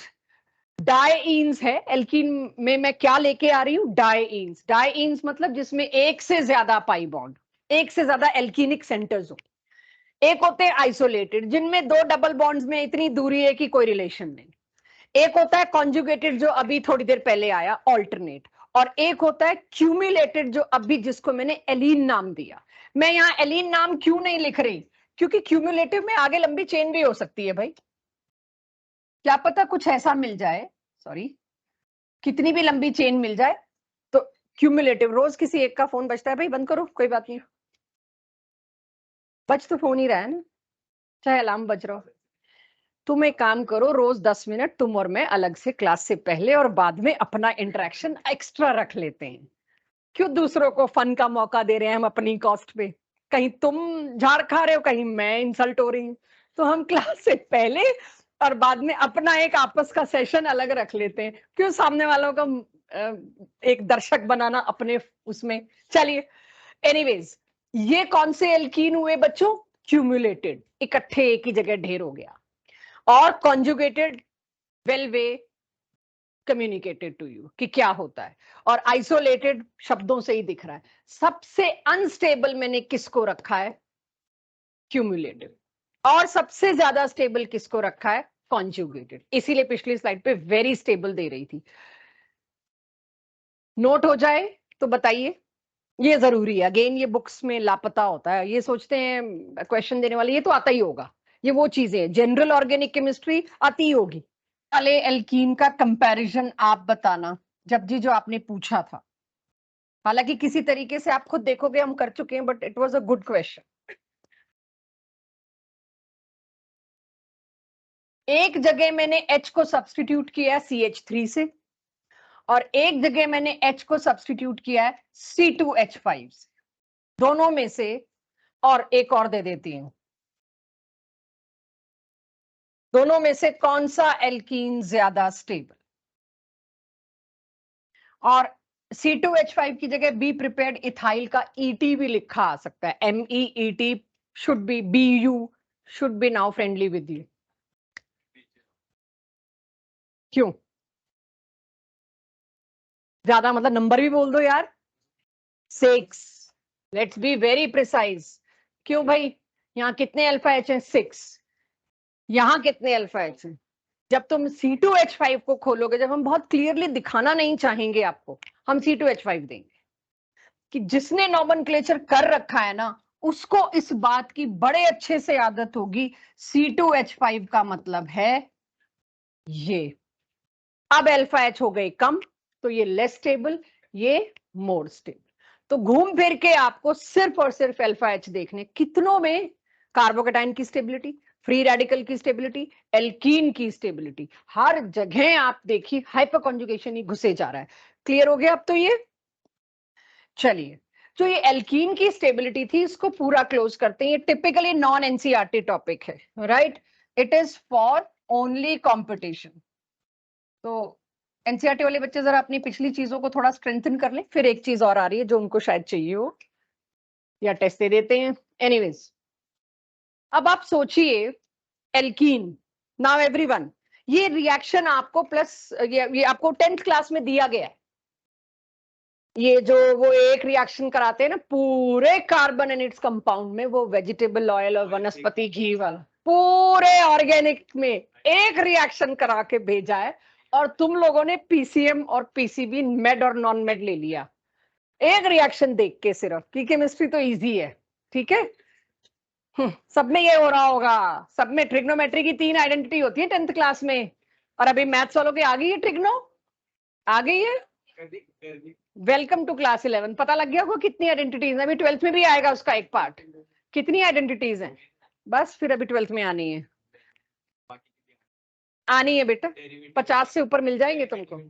अब आपके पास एक रिएक्शन ऐसा है जिस रिएक्शन में आप देखते हैं अनसैचुरेटेड से सैचुरेटेड ऑर्गेनिक कंपाउंड्स बनते हैं, जो वेजिटेबल ऑयल से वनस्पति घी बनाने का यही रिएक्शन है, जिसको हाइड्रोजिनेशन या एडिशन रिएक्शन के नाम से आपको बताया हुआ है। उसमें क्या हो रहा है? एल्कीन रिएक्ट कर रहा है। एक बहुत बड़ा बेसिक रूल जो आज के बाद दोबारा कभी बोलना नहीं, लेकिन आज पहली बार और आखिरी बार बोलना है, जो चीज जितनी ज्यादा स्टेबल वो उतनी कम रिएक्टिव। तो कल को हम जब सवाल पूछेंगे इन तीनों में से कौन सा ज्यादा रिएक्टिव है, ये क्यों? क्योंकि ये कम स्टेबल है, उसे तो थप्पड़ पड़ेंगे अगर ये दिया। केमिस्ट्री में सबसे अंधेरे में तीर यही है, ये रिएक्टिव इसलिए है क्योंकि स्टेबल नहीं है, राइट? तो आपसे वजहें पूछी जाती हैं, लेकिन आज मैं शुरुआत क्लास 10 से कर रही हूं कि आपके पास एक एल्कीन है जो हाइड्रोजन से रिएक्ट करके एक पाई बॉन्ड तोड़ के कितने सिग्मा बॉन्ड बना रहा है? 2 sigma bond. Win win deal है, जरूर बनाएगा, बड़े आराम से बनाएगा, क्योंकि एक कमजोर बॉन्ड टूट के 2 स्ट्रॉन्ग बॉन्ड बन रहे हैं। हैप्पीली जाएगा इस चेंज के लिए और बना दिया। कौन सा एल्कीन जल्दी रिएक्ट करेगा? जो कम स्टेबल होगा।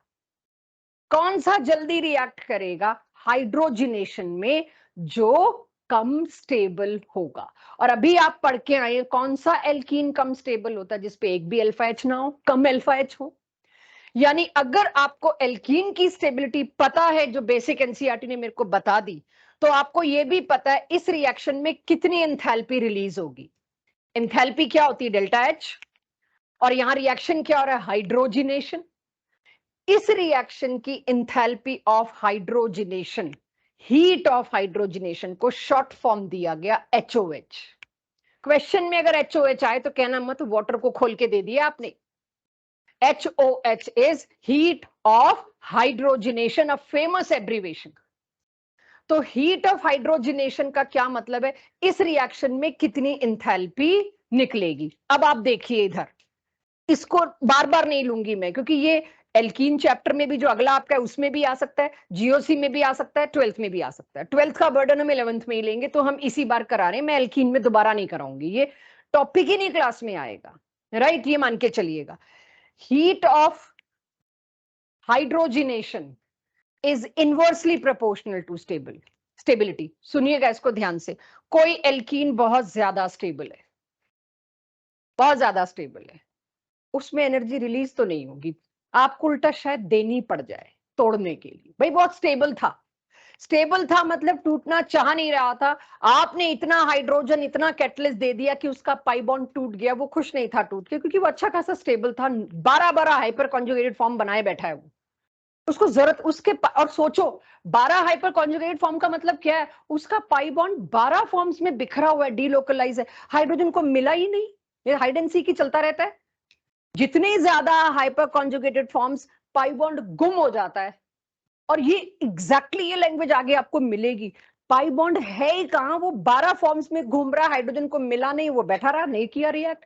फिर हमें बड़े सामान लाने पड़े, टेम्परेचर, प्रेशर, कैटलिस्ट की, भाई बॉन्ड ढूंढो, ड्रास्टिक कंडीशन लानी पड़ी, बॉन्ड ढूंढा गया और तोड़ा गया, क्योंकि इतना डीलोकलाइज था, स्टेबल था।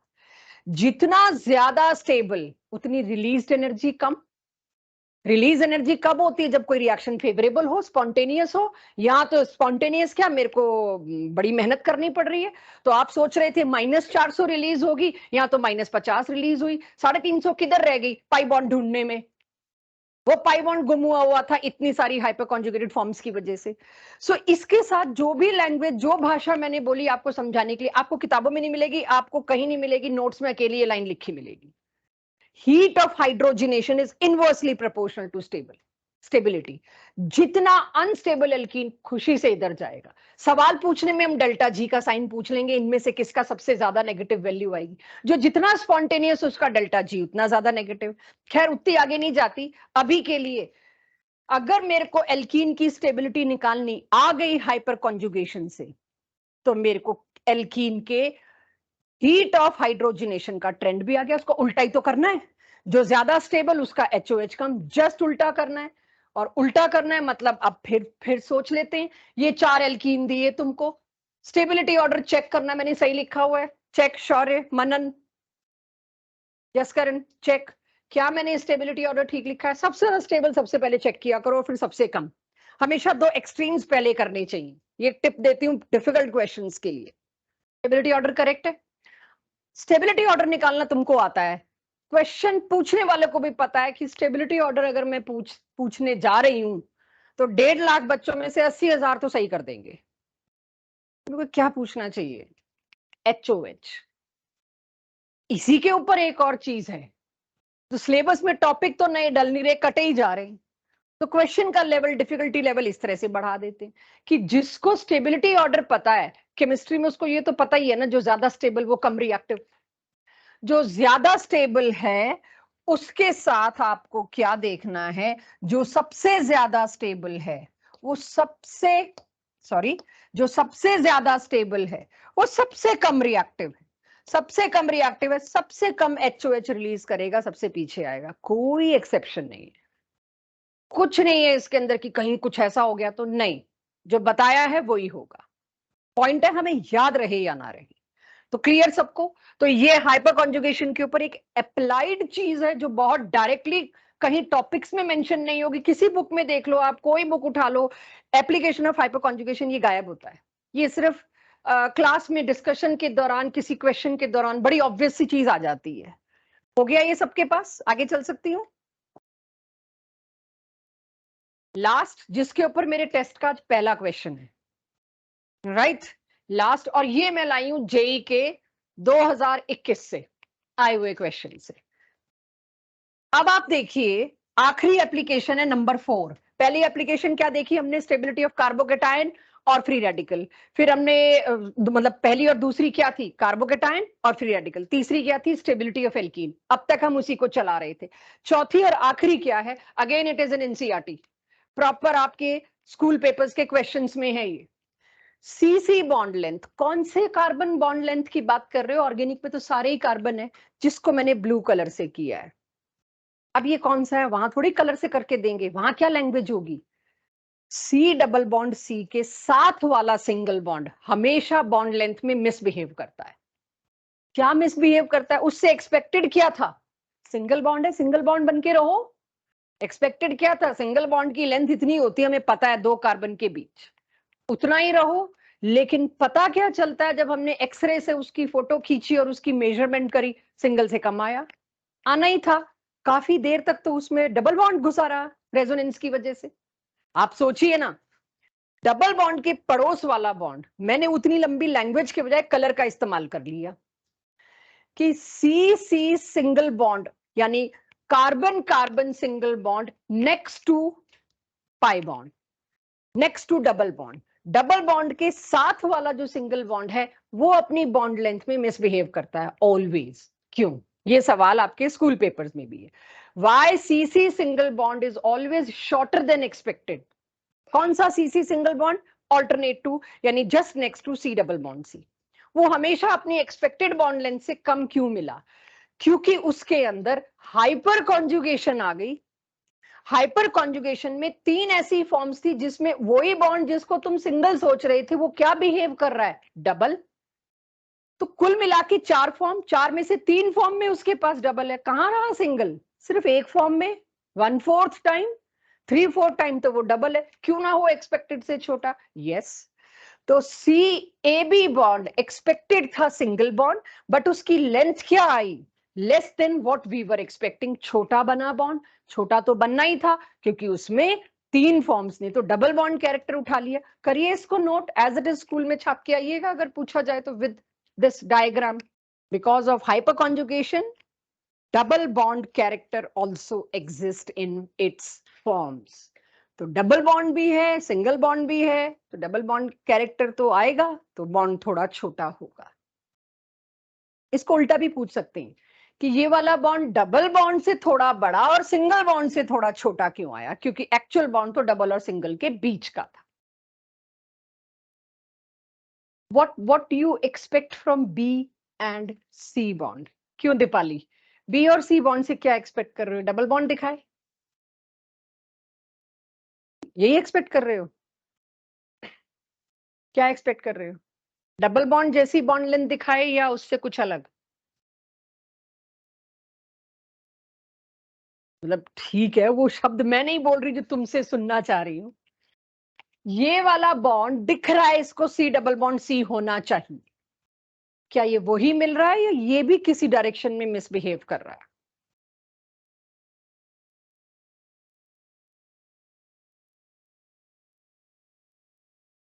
नीचे मत देखना, जो समझा है उससे। कोई बात नहीं, बताओ।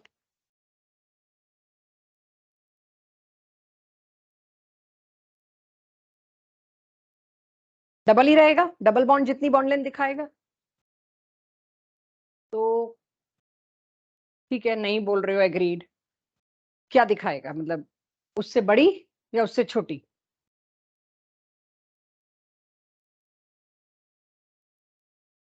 बोलो दीपाली। हर वक्त ये डबल है? क्या है ये साथ में? सिंगल भी है? मेरे को तुमसे ये पता चल रहा है कि तुम्हें समझ आ रहा है कि नहीं आ रहा तुम्हारे एक्सप्रेशन से। सो एक टाइम ये डबल है और 3 टाइम ये सिंगल है। ज्यादा डोमिनेशन किसका हुआ? सिंगल का। तो इसमें डबल बॉन्ड ही नहीं, सिंगल बॉन्ड कैरेक्टर भी आ गया। सिंगल बॉन्ड का मतलब क्या है? बड़े हो जाना, बॉन्ड का लंबा हो जाना। Same goes for C single bond. कौन से वाला? जो मैंने लेबल किया है बी एंड सी वाला। सिंगल तो नहीं बोलना चाहिए, उसको डबल बोलना चाहिए। लॉजिक आ गया, उसके बाद क्वेश्चन तो अप्लाइड होंगे। So everyone clear? Hyper conjugation का जो जो इस्तेमाल पूरी ऑर्गेनिक में हो सकता था दोनों साल में, मैंने वो करा दी। अब लास्ट एक क्वेश्चन देखिए। मेरे पास एक क्वेश्चन आया, मेरे को ये नहीं पता, गलती से, जहां तक मुझे लगता है वैसे ये नहीं होगा, कोई एक आधा केस जो मैंने यहां लिया वो मेरे क्लास टेस्ट में भी अपीयर हो सकता है। That is by mistake, not intention. इच्छा तो नहीं है उसकी, लेकिन अच्छे एग्जाम्पल यहाँ पहले ही लिख लिए होते हैं और टेस्ट में तो वैसे ही अच्छे ढूंढ रखे होते हैं, तो एक आधा आज कोइंसाइड कर सकता है, मुझे ऐसा लग रहा है। एनीवेज, इन तीनों में मैंने कलर का इस्तेमाल किया, और क्वेश्चन में ये नीट का आया हुआ क्वेश्चन है, क्वेश्चन में मैंने क्या इस्तेमाल किया, 1 2 3 C2 C3 बॉन्ड लेंथ की लगाइए ऑर्डर। हर एक में इसको मैंने C2 C3 देख लिया उस एग्जाम्पल में, बट मैंने वो C2 C3 के बजाय तीनों के तीनों को अलग कलर कर दिया। तो आप डबल बॉन्ड्स का लेंथ का ऑर्डर अगर देखें, ये लिखा है, question is compare C double bond C। देखना जरा, थर्ड में मैंने सबसे लंबी बनाई है, क्योंकि थर्ड में सबसे ज्यादा हाइपर कॉन्जुगेशन, सबसे ज्यादा हाइपर कॉन्जुगेशन है, तो क्या सबसे ज्यादा बार ये डबल बॉन्ड किस में बैठा हुआ है, सिंगल बॉन्ड। अगर 9 हाइपर कॉन्जुगेटेड फॉर्म्स हैं, 10वां खुद ये है, तो 10 में से 9 बार तो यहां सिंगल बॉन्ड आ गया, तो सिंगल बॉन्ड होता है लंबा, ज्यादा बार सिंगल बॉन्ड आया, इसीलिए number of hyper conjugated forms increases in C double bond C, sorry, number of hyper conjugated forms कितनी है इनमें, उससे उतना ही सिंगल बॉन्ड कैरेक्टर ज्यादा, उतना ही बॉन्ड लेंथ लंबी। तो जितना ज्यादा hyper conjugated form double bond का, वो डबल बॉन्ड अपने ही कैरेक्टर से उतना ही दूर जाएगा, बॉन्ड छोटा होने के बजाय लंबा होगा। And I have written this specifically here. Bond length वालों में कंफ्यूजन आता है, क्योंकि केमिकल बॉन्डिंग से उठा के एक ऑप्शन रख दिया, एक यहां से रख दिया, एक कहीं और से रख दिया, 4 अलग चैप्टर से 4 अलग ऑप्शन रख दिए, तो हम कंफ्यूज होते हैं। बॉन्ड लेंथ ही आपको थोड़ा तंग करेगी हाइपर कॉन्जुगेशन, बाकी तो मुझे नहीं लगता आज के रिस्पॉन्स से आप कहीं कंफ्यूज होगे। हमें बहुत सोचना पड़ेगा आपको कंफ्यूज करने के लिए कि क्या लाएं, यहां पहले ही पता होता है गड़बड़ होगी। क्लियर हो गया, नोट हो गया सबके पास, कहीं कोई इशू अब तक हाइपर कॉन्जुगेशन में? एक पॉइंट हाइपर कॉन्जुगेशन का कभी भी इसके साथ लिया नहीं जाता, एक आखिरी जगह जरूर इस्तेमाल होगा हाइपर कॉन्जुगेशन, वो अगले चैप्टर में आएगा, वहां हम लिखवाएंगे आपको हाइपर कॉन्जुगेशन का 5th एप्लीकेशन, क्योंकि अभी तक डायरेक्टिव इन्फ्लुएंस नहीं आया, तो मैं वो एप्लीकेशन नहीं लिखवा सकती।